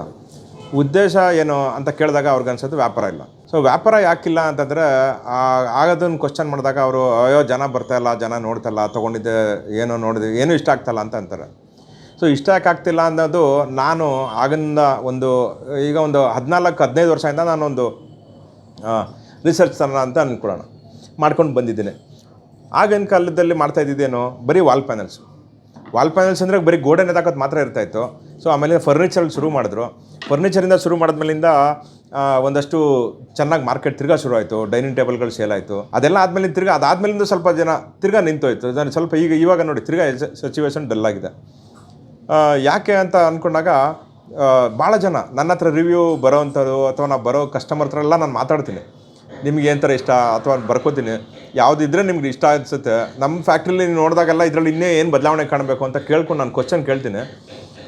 ಕನಿಷ್ಠ ನನ್ನ ಹತ್ರ ಬರೋ ಒಬ್ಬ ಕಸ್ಟಮರ್ಗೆ 10-15 ನಿಮಿಷ ನಾನು ಬರೀ ಈ ಡಿಸೈನ್ ವಿಷಯವಾಗಿ, ಅಥವಾ ನಿಮ್ಗೆ ಏನು ಇಷ್ಟ ಆಯಿತು ಇಷ್ಟ ಆಗಿಲ್ಲ ಅನ್ನೋ ಬಗ್ಗೆ 15-20 ನಿಮಿಷ ಮಾತಾಡ್ತೀನಿ. ಸೊ ನನಗೆ ತಿಳ್ಕೊಳ್ಳೋ ಅವಕಾಶ ಸಿಗುತ್ತೆ. ಯಾವುದೆಲ್ಲ ಬೇಕು, ಏನೆಲ್ಲ ಬೇಕು, ಕಸ್ಟಮರ್ ಏನು ಕೇಳ್ತಾ ಇದ್ದಾರೆ, ನಾನು ಏನು ಕೊಡ್ತಾಯಿದ್ದೀನಿ ಅನ್ನೋದ್ರ ಬಗ್ಗೆ ನಾನು ಅರ್ಥ ಮಾಡ್ಕೊಂಡಾಗ, ಒಂದ್ಸಲಿ ಒಬ್ಬರು ಕಸ್ಟಮರ್ ಬಂದರು, ಗಣಪತಿ ಬೇಕು ಅಂತ. ಗಣಪತಿ ನನ್ನ ಹತ್ರ ಬಂದಾಗ ನಾನು ಈ ಥರ ಇದೇ ನನ್ನ ಹತ್ರ ಗಣಪತಿ ತೋರಿಸ್ದೆ. ಅವ್ರು ಹೇಳಿದ್ರು, ಗಣಪತಿ ಬೇರೆ ಯಾವುದು ಮಾಡೋಕ್ಕಾಗಲ್ವ ಅಶೋಕ್, ಇದೇ ಥರ ಗಣಪತಿ ಮಾಡ್ತೀರಾ ನೀವು ಅಂತ. ಸರ್ ಇದರಲ್ಲಿ ಅಷ್ಟ ಗಣಪತಿ ಇದೆ, 10 ಗಣಪತಿ ಇದೆ ಎಲ್ಲ ತೋರಿಸ್ದೆ. ಅಲ್ಲ ಅಶೋಕ್, ನೀವು ಇದೆಲ್ಲ ಬಿಟ್ಬಿಡಿ, ಇದು ಟ್ರೆಡಿಷ್ನಲ್ ಗಣಪತಿ ಬಿಟ್ಟು ಬೇರೆ ಏನಾರ ಗಣಪತಿ ಮಾಡೋಕ್ಕಾಗಲ್ವ ಅಂತ. ಅವಾಗೇನಾಯಿತು, ನಾನು ಈ ಗಣಪತಿ ಮಾಡಿದೆ ಒಂದ್ಸಲಿ. ಅದೇ ಕಸ್ಟಮರ್ಗೆ ಈ ಗಣಪತಿ ತೋರಿಸ್ದೆ. ಈ ಗಣಪತಿ ತೋರಿಸ್ದವ್ರಿಗೆ ಭಾರಿ ಖುಷಿ ಆಯಿತು. ಅವ್ರಂದ್ರೆ ನೋಡ್ರಿ ಗಣಪತಿ ಅಂದರೆ ಈಗ ನೋಡಿ ಯಾಕೆ ಅಂತ ಅವರು ಅವಾಗ ನಾನು ಕೇಳಿದೆ ಯಾಕೆ ಅಂತ. ಆಮೇಲೆ ಅವ್ರಿಗೆ ನೀವೇನು ಪ್ರೊಫೆಷನ್ ಅಂತಲೂ ಕೇಳಿದೆ. ಸೊ ಅವ್ರ ಪ್ರೊಫೆಷನ್ ಏನಂತ ಕೇಳಿದಾಗ ಅವ್ರು ಹೇಳಿದ್ರು ನಾನು ಇಂಟೀರಿಯರ್ ಡಿಸೈನರ್ ಅಂತ. ಸೊ ಇಂಟೀರಿಯರ್ ಡಿಸೈನರಲ್ಲಿ ಅವರು ಇಂಟೀರಿಯರ್ಡಲ್ಲಿ ಏನು ಮಾಡ್ತಾರೆ, ಈಗೆಲ್ಲ ಕಂಟೆಂಪ್ರರಿ ಡಿಸೈನ್ಗಳು ಕಂಟೆಂಪ್ರರಿ ಮನೆ ಕಟ್ತಾರೆ, ಅದ್ರ ತಕ್ಕಂಗೆ ಇವಾಗ ಅದು ಆ ಮನೆಗೆ ಈ ಗಣಪತಿ ಹೊಂದಾಣಿಕೆ ಆಗಲ್ಲ ಅಂತ ಅವರು ಒಂದು ಅಪವಾದ. ಈ ಅಪವಾದ ಹೋಗ್ಲಾಡಿಸ್ಬೇಕು ಅನ್ನೋದೇ ನಮ್ಮ ಉದ್ದೇಶ. ಅವ್ರಿಗೆ ಟ್ರೆಡಿಷ್ನಲ್ಲಾಗಿ ಕಟ್ಟಿಲ್ದಿರೋ ಮನೆಗಳಿಗೆ ನಾವು ಟ್ರೆಡಿಷ್ನಲ್ ಆಗಿರೋಂಥ ಈ ಗಣಪತಿಗಳು ಅಥವಾ ಗೀತೋಪದೇಶ ಅಥವಾ ಕೃಷ್ಣಾರಾಧೆ ಅದೆಲ್ಲ ಹಾಕಿದಾಗ ಅದು ಸರಿ ಒಂದಲ್ಲ, ನೋಡಿದ್ರೆ ಅದು ಚೆನ್ನಾಗಿ ಕಾಣಲ್ಲ ಅಂತ ಅಂದ್ಬಿಟ್ಟು ಅವರು ಏನು ಮಾಡ್ತಾರೆ, ನಮ್ಮ ಕಲೆನ ಈ ಎಲ್ಲ ಇಂಟೀರಿಯರ್ ಡಿಸೈನರು ದೂರನೇ ಮಾಡ್ಕೊಂಡು ಬಂದುಬಿಟ್ರು. ಅಂದರೆ ವ್ಯಾಪಾರಕ್ಕೆ ಇದೆಲ್ಲ ಸ್ಲೋ ಡೌನ್ ಆಗೋಕ್ಕೆ ಶುರು ಆಯಿತು. ಸೊ ಇದಾದಮೇಲೆ ಏನಾಯಿತು, ಈಗ ನಾನು ಈ ಥರದ ಒಂದು ಡಿಸೈನ್ ಮಾಡಿದೆ ಈ ಗಣಪತಿ. ಇವಾಗ ಇದರಲ್ಲಿ ನನ್ನ ಹತ್ರ 9 ಬೇರೆ ಬೇರೆ ಡಿಸೈನ್ ಇದೆ. ಇದೇ ಗಣಪತಿಲಿ ಈಗ 9 ಬೇರೆ ಬೇರೆ ಡಿಸೈನ್ ಇದೆ. ಈಗ ನೋಡಿ, ಕಂಟೆಂಪ್ರರಿ ಕಟ್ಟಿರೋಂಥ ಮನೆಗಳಿಗೂ ಹೊಂದ್ಕೊಳ್ಳುತ್ತೆ, ಟ್ರೆಡಿಷ್ನಲ್ ಮನೆಗೂ ಹೊಂದ್ಕೊಳ್ತಿದೆ. ಸೊ ಈ ಥರದಲ್ಲಿ ಬೇಕಾದಷ್ಟು ಇನೋವೇಷನ್ಗಳು ಮಾಡಿದ್ದೀನಿ. ಇದೇ ನಾನು ಕೈಯಲ್ಲಿ ಬರೆದಿರೋದಲ್ಲ, ಅದೊಂದು ಕ್ಯಾಲೆಂಡ್ರಿಂದೇ ತೊಗೊಂಡಿರೋದು, ಕಾಪಿ ಮಾಡಿರೋದು. ಇದು ಒಂದು ಕ್ಯಾಲೆಂಡ್ರಿಂದೇ ತೊಗೊಂಡಿರೋದು. ಸೊ ಇವಾಗ ಈ ಲಕ್ಷ್ಮಿ ಏನಾಗಿದೆ, ಸೋಬರ್ ಆಗಿದೆ, ಮೈಲ್ಡ್ ಆಗಿದೆ ಕಲರ್. ಸೊ ಇದು ಯಾವುದೇ ಒಂದು ಕಲರ್ ಕಾಂಬಿನೇಷನ್ಗೆ ಹೊಂದ್ಕೊಳ್ಳುತ್ತೆ. ಸೊ ಈ ಥರದ್ದು ನಾನು ಎಕ್ಸ್ಪೆರಿಮೆಂಟ್ಗಳು ಭಾಳ ಜಾಸ್ತಿ ಮಾಡಿದ್ದೀನಿ, ಸುಮಾರು ಮಾಡಿದ್ದೀನಿ. ಇಲ್ಲಿ ಕೆಲವು ಮಾತ್ರ 1-2 ಮಾತ್ರ ನಿಮ್ಗೆ ತೋರಿಸ್ತಾ ಇದ್ದೀನಿ. ಮೈಸೂರು ಕುಂದಣ ಕಲೆ ಇನ್ನೂ ಒಂದು ರೀತಿಯಲ್ಲಿ ಹೆಸರುವಾಸಿಗೆ ಇದೆ. ಯಾವುದು ಅಂದರೆ GI ಟ್ಯಾಗ್ ಅಂದರೆ ಜಾಗ್ರಫಿಕಲ್ ಇಂಡಿಕೇಶನ್. ಅಂದರೆ ನಮ್ಮ ಮೈಸೂರಲ್ಲಿ GI ಟ್ಯಾಗ್ ಆಗಿರೋಂಥ ಪದಾರ್ಥಗಳು ಬೇಕಾದಷ್ಟಿದೆ. ಅದರಲ್ಲಿ ನಮ್ಮ ಮೈಸೂರು ಕುಂದಣ ಕಲೆ ಒಂದು.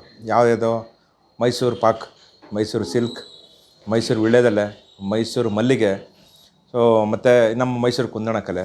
ನಮ್ಮ ಮೈಸೂರು ಕುಂದಣ ಕಲೆನೂ GI ಟ್ಯಾಗ್ ಆಗಿರೋದ್ರಿಂದ ಮೈಸೂರು ವುಡಿನ್ಲೆ ಆರ್ಟ್ ಅಂತಲೇ ಹೇಳ್ತಾರೆ. ಮೈಸೂರು ವುಡಿನ್ಲೆ ಆರ್ಟ್ ಅಂತಲೇ ಅದನ್ನ ಗುರುತಿಸಲ್ಪಟ್ಟಿದೆ. ಮತ್ತು ಈ GI ಟ್ಯಾಗ್ ಆಗಿರೋಂಥ ಪದಾರ್ಥ ಅಂತ ನಾವು ನಮ್ಮ ವೆಬ್ಸೈಟ್ ಮುಖಾಂತರ ಅಥವಾ ನಮ್ಮ ಯಾವುದೇ ರೀತಿ ಸೋಷಿಯಲ್ ಮೀಡಿಯಲ್ಲಿ ನಾವು ಮಾರ್ಕೆಟಿಂಗ್ ಮಾಡಬೇಕಂದ್ರೆ ಈ ಮೈಸೂರು GI ಟ್ಯಾಗ್ ಆಗಿರೋಂಥ ಪದಾರ್ಥ ಅಂತ ಹೇಳಿದಾಗ ನಮಗೆ ಮಾರಾಟ ಮಾಡೋಕ್ಕೆ ಭಾಳ ಅನುಕೂಲ ಆಗುತ್ತೆ ಮತ್ತು ಬೆಲೆ ಸಿಗುತ್ತೆ. ನಮ್ಮ ಕರಕುಶಲ ಕುಂದಣ ಕಲೆ ಇದ್ರದ್ದು ಒಂದು ಭಾಗ ಎಲ್ಲ ಪರಿಚಯ ಮಾಡ್ಕೊಂಡ್ರಿ. ನನ್ನ ಕಲೆಕ್ಷನ್ಗಳ ಬಗ್ಗೆ ತಿಳಿಸ್ಕೊಟ್ಟೆ ಮತ್ತು ನಾನು ಇದ್ರ ಬಗ್ಗೆ ತಿಳಿಸ್ಕೊಟ್ಟೆ. ಈಗ ಈ ನಮ್ಮ ಕಲೆ ಕಲಿಯೋಕ್ಕೆ ಏನೆಲ್ಲ ಸರ್ಕಾರ ಮಾಡಿದೆ ಅಥವಾ ಮೈಸೂರು ಮಹಾರಾಜರು ಮಾಡಿದ್ದಾರೆ, ನಾನೇನು ಮಾಡಿದ್ದೀನಿ, ಈ ಥರ ಹಂತವಾಗಿ ಹೇಳ್ಕೊಂಡು ಹೋಗ್ತೀನಿ. ಮೈಸೂರಲ್ಲಿ ಕಲೆ ಉಳಿಯೋಕ್ಕೆ ನಮ್ಮ ಮೈಸೂರು ಮಹಾರಾಜರು ಭಾಳ ಪ್ರಮುಖವಾಗಿ ಕಾರಣರಾಗ್ತಾರೆ. ಅವರು ಚಾಮರಾಜ ಟೆಕ್ನಿಕಲ್ ಇನ್ಸ್ಟಿಟ್ಯೂಟ್ ಅನ್ನೋವಂಥ ಒಂದು ಸಂಸ್ಥೆ ಸ್ಥಾಪನೆ ಮಾಡಿ ಅದರಲ್ಲಿ ಈ ವುಡ್ಡಿನ್ಲೆ ಕಲೆ ಅನ್ನೋದು ಒಂದು ಸಬ್ಜೆಕ್ಟ್ ಇಟ್ಬಿಟ್ಟು ಕಾರ್ಪೆಂಟ್ರಿ, ವುಡ್ಡಿನ್ಲೆ ಕಲೆ ಮತ್ತು ಫೈನ್ ಆರ್ಟ್ಸ್ ಸೆಕ್ಷನ್ದು, ಫೋಟೋಗ್ರಫಿ ಇದೆ, ಸ್ಕೆಚ್ಚು, ಎಲ್ಲದ್ರ ಬಗ್ಗೆ ಸಬ್ಜೆಕ್ಟ್ಗಳು ಇಟ್ಬಿಟ್ಟು ಅದರಲ್ಲಿ ಸ್ಪೆಷಲೈಸ್ ಮಾಡಿ ಅದನ್ನು ನಮ್ಮ ಮೈಸೂರು ಜನಕ್ಕೆ ಕಲಿಸೋಕ್ಕೆ ಸ್ಕೂಲು ಇನ್ಸ್ಟಿಟ್ಯೂಟ್ ಎಲ್ಲ ಶುರು ಮಾಡ್ತಾರೆ. ದುರದೃಷ್ಟವಶಾತ್ ಇವತ್ತು ಆ ಒಂದು ಸಂಸ್ಥೆಯಲ್ಲಿ ಯಾರೇ ಒಬ್ಬ ಸ್ಟೂಡೆಂಟು ಇಲ್ಲ. ಆ ಕಾರಣಕ್ಕೆ ಹೋಗಿ ಅದು ಮುಚ್ಚಲ್ಪಟ್ಟಿದೆ. ಇದಾದಮೇಲೆ ಕರಕುಶಲ ಕಲೆ ಉತ್ತೇಜನಕ್ಕಾಗಿ ಸರ್ ಎಂ ವಿಶ್ವೇಶ್ವರಯ್ಯನವರು ಮೈಸೂರು ರಾಜ್ಯ ಇದ್ದಾಗನೇ ಕರ್ನಾಟಕ ರಾಜ್ಯ ಕರಕುಶಲ ಅಭಿವೃದ್ಧಿ ನಿಗಮ ಅಂತ ಸ್ಥಾಪನೆ ಮಾಡಿದ್ರು. ತಾವೆಲ್ಲ ಏನು ಕಾವೇರಿ ಅಂತ ನೋಡಿರ್ತೀರ, ಎಂಪೋರಿಯಂ ಹೆಸರು, ಅದು ಕಾವೇರಿ ಎಂಪೋರಿಯಂ ಬಂದು ಸೇಲ್ಸ್ ಯೂನಿಟ್ಟು. ಬಟ್ ಅದು ನಿಜವಾದ ಒಂದು ಸಂಸ್ಥೆ ಇರೋದು ಅದು ಕರಕುಶಲ ಅಭಿವೃದ್ಧಿ ನಿಗಮ ಅಂತ, ಕರ್ನಾಟಕ ರಾಜ್ಯ ಕರಕುಶಲ ಅಭಿವೃದ್ಧಿ ನಿಗಮ ಅಂತ. ಈ ಕರಕುಶಲ ಅಭಿವೃದ್ಧಿ ನಿಗಮದಲ್ಲಿ ಏನಾಗ್ತದೆ, ಅಭಿವೃದ್ಧಿಗಿಂತ ಜಾಸ್ತಿ ಬರೀ ಮಾರ್ಕೆಟಿಂಗ್ ಮಾತ್ರ ಒತ್ತು ಕೊಟ್ಟಿದ್ದಾರೆ. ಅದರಿಂದಾಗಿ ಏನಾಗ್ತಾಯಿದೆ, ನಮ್ಮ ಕರಕುಶಲ ಕಲೆ ಅಭಿವೃದ್ಧಿ ಕಾಣದೆ ಅದು ಸ್ವಲ್ಪ ಹಿನ್ನಡೆ ಉಂಟಾಗಿದೆ. ಮತ್ತು ಇನ್ನೊಂದು ಕರಕುಶಲ ಕರ್ಮಿಗಳಿಗೋಸ್ಕರನೇ ಅವರು ವರ್ಕ್ಶಾಪ್ ಕಮ್ ಹೋಮ್ ಅಂತ ಮಾಡಿ ಒಂದು 480 ಮನೆಗಳನ್ನ ಅವರು ಕೊಟ್ಟಿದ್ದಾರೆ. ಅದು ಡಚ್ ಗೌರ್ಮೆಂಟು ಮತ್ತು ನಮ್ಮ ಕರ್ನಾಟಕ ರಾಜ್ಯದ ಒಂದು ಕೊಡುಗೆ ಆಗಿದೆ. ಅಲ್ಲಿ 480 ಜನ ಮನೆ ಕೊಟ್ಟಿದ್ದಾರೆ. ಆದರೆ ಅವರೆಲ್ಲ ಆರ್ಟಿಸನ್ನು ಭಾಳ ಸುಪೀರಿಯರ್ ಆಗಿ ಭಾಳ ಉತ್ತಮವಾದಂಥ ಕೆಲಸ ಮಾಡ್ತಾರೆ. ಇವರು ಅಭಿವೃದ್ಧಿಗೋಸ್ಕರ ಮಾಡಿದಂಥ ಈ ವರ್ಕ್ಶಾಪ್ ಕಮ್ ಹೋಮ್ ಅದನ್ನು ಅಲ್ಲಿ ಮಾಡೋಂಥ ಪದಾರ್ಥಗಳು ಕಾವೇರಿ ಎಂಪುರಮ್ಗೆ ಅವರು ತಗೋತಾ ಇಲ್ಲ. ಇದು ನಮ್ಮ ಯಾರು ಕರಕುಶಲ ಕರ್ಮಿಗಳು ಯಾರು ಮನೆಗೆ ಹೊಂದಿದ್ದಾರೆ ಅವ್ರಿಗೆ ಭಾಳ ನಿರುತ್ಸಾಹ ಮತ್ತು ಅವರು ಅವಕಾಶ ವಂಚಿತರಾಗಿದ್ದಾರೆ. ಯಾವುದೇ ಮಾಡಿದಂಥ ಪದಾರ್ಥ ಅವ್ರು ತೊಗೊಂಡಿಲ್ಲ ಅಂತಂದರೆ ಅವರು ಮಾರ್ಕೆಟಲ್ಲಿ ಮಾರೋಕ್ಕೂ ಅವ್ರಿಗೆ ಗೊತ್ತಿರಲ್ಲ. ಇವರು ಕಾವೇರಿ ಎಂಪೋರಿಯಂ ಅವರು ತೊಗೊಳ್ಳಲ್ಲ ಅಂತಂದರೆ ಅವರು ಅಕ್ಷರ ಸಹ ನಿರುದ್ಯೋಗಿಗಳ ಥರ ಆಗಿ ಅದಕ್ಕೋಸ್ಕರ ಅವರು ಬೇರೆ ಬೇರೆ ಕೆಲಸಗಳು ಹುಡ್ಕೊಂಡು ಹೋಗ್ತಾ ಇದ್ದಾರೆ. ಭಾಳ ಜನ ಕೆಲಸಗಾರರು, ಭಾಳ ಜನ ಒಳ್ಳೆ ಕೆಲಸ ಮಾಡೋಂಥವ್ರು ಅವರು ಇವತ್ತು ಸೆಕ್ಯೂರಿಟಿ ಗಾರ್ಡ್ಗೆ, ಆಟೋ ಓಡಿಸ್ತಾ ಇರೋರಿಗೆ ಮತ್ತು ಬೇರೆ ಬೇರೆ ವೃತ್ತಿಲಿ ತೊಡ್ಕೊಂಡಿದ್ದಾರೆ. ಸೊ ಇದು ನಮಗೆ ಭಾಳ ಖೇದಕರವಾದಂಥ ವಿಷಯ. ಸೊ ಇಲ್ಲಿ ಈ ನಿಟ್ಟಿನಲ್ಲಿ ನನ್ನ ಒಂದು ಪ್ರಯತ್ನ ನಾನು ತಮ್ಮ ಹತ್ರ ಹಂಚ್ಕೊಳ್ಳೋಕೆ ಇಷ್ಟಪಡ್ತೀನಿ. ಮೊದಲನೇದಾಗಿ ಏನು ಮಾಡಿದೆ, ನಮ್ಮ ಕಲೆ ಹೆಂಗಾರ ಮಾಡಿ ಮಕ್ಳಿಗೆ ತಲುಪಬೇಕು. ಯಾಕಂದರೆ ಮಕ್ಳಿಗೆ ತಲುಪಿದ್ರೆ ಅವರು ಯಾವ ಥರ ಒಂದು ದಿವಸ ಕಲ್ಪನೆಯಲ್ಲಿ ಇದ್ಕೊಂಡು ಮುಂದೆ ಅವರು ಎಜುಕೇಷನ್ಲ ಮುಗಿದ ಮೇಲಿಂದ ಈ ಕಲೆ ಬಗ್ಗೆ ಏನಾರು ಆಸಕ್ತಿ ತೊಡಸ್ಕೋಬೋದು ಅಂತ ನನ್ನ ಉದ್ದೇಶ ಆಗಿತ್ತು. ಅದರಿಂದ ನಾನೇನು ಮಾಡಿದೆ, first primary school, middle school, high school ಈ ಥರ ಜಾಗದಲ್ಲೆಲ್ಲ ಹೋಗಿ ನನ್ನ ಕಲೆ ಬಗ್ಗೆ 1 ಗಂಟೆ 2 ಗಂಟೆ ಪ್ರಚಾರ ಕೊಡೋದು, ನನ್ನ ಕಲೆ ಬಗ್ಗೆ ತಿಳಿಸ್ಕೊಡೋದು, ನಮ್ಮ ಕಲೆ ಪರಂಪರೆ ಹೇಳೋದು, ಅದ್ರ ಬಗ್ಗೆ ಚರಿತ್ರೆ ಹೇಳೋದು. ನಾನು ಇದೆಲ್ಲ ಈ ತಮ್ಮಲ್ಲಿ ಮೊದಲು ಮುಖಾಂತರ ಏನು ವೀಡಿಯೋದಲ್ಲಿ ಹೇಳಿದ್ದೀನಿ ಅದೆಲ್ಲನೂ ನಾನು ಮಕ್ಕಳಿಗೆ ತಿಳ್ಸ್ಕೊಂಡು ಬರೋದು ಮಾಡ್ಕೊಂಡು ಬಂದಿದ್ದೀನಿ. ಇದರಿಂದ ಏನಾಯಿತು ಅಂದರೆ 2 ವರ್ಷ ನಾನು ಮಾಡಿದೆ. ಮೊದಲನೇ ವರ್ಷದಲ್ಲೇ ಮಕ್ಕಳು 5 ಜನ ಮಕ್ಕಳು ಬಂದು ನನ್ನ ಹತ್ರ ಈ ಸಮ್ಮರ್ ಕ್ಯಾಂಪ್ ಅಂತ ಏನೇನೆಲ್ಲ ಬೇರೆ ಬೇರೆ ಕಡೆ ಮಾಡ್ತಾರೆ ಆ ಥರ ಸಮ್ಮರ್ ಕ್ಯಾಂಪ್ ನಾನು ಯಾವುದೇ ರೀತಿ ಚಾರ್ಜ್ ಮಾಡಿದೆ, ನಾನು ಅವ್ರಿಗೆ ಬರೋಕ್ಕೆ ಕೇಳಿದ್ದೆ. ಸೊ ಅವ್ರೇನು ಮಾಡಿದ್ದಾರೆ, ಎಲ್ಲ ಮಕ್ಕಳು ಬಂದು 20 ದಿವಸ ಇದರಲ್ಲಿ ಶಿಬಿರದಲ್ಲಿ ಭಾಗವಹಿಸಿ ಭಾಳ ಚೆನ್ನಾಗಿ ಕೆಲಸ ಕಲ್ತ್ಕೊಂಡು ಹೋಗಿದ್ದಾರೆ. ಸೊ ಇದು ಕಲ್ತ್ಕೊಂಡು ಆದಮೇಲಿಂದ ಅವ್ರ ಪೇರೆಂಟ್ಸ್ಗಳಿಗೂ ಭಾಳ ಖುಷಿಯಾಗಿ ಅವರು ಬಂದಿದ್ದಾರೆ, ಇದೇ ಕೆಲಸ ಕಲಿಯೋಕ್ಕೆ ಪೇರೆಂಟ್ಸ್ ಬಂದಿದ್ದಾರೆ.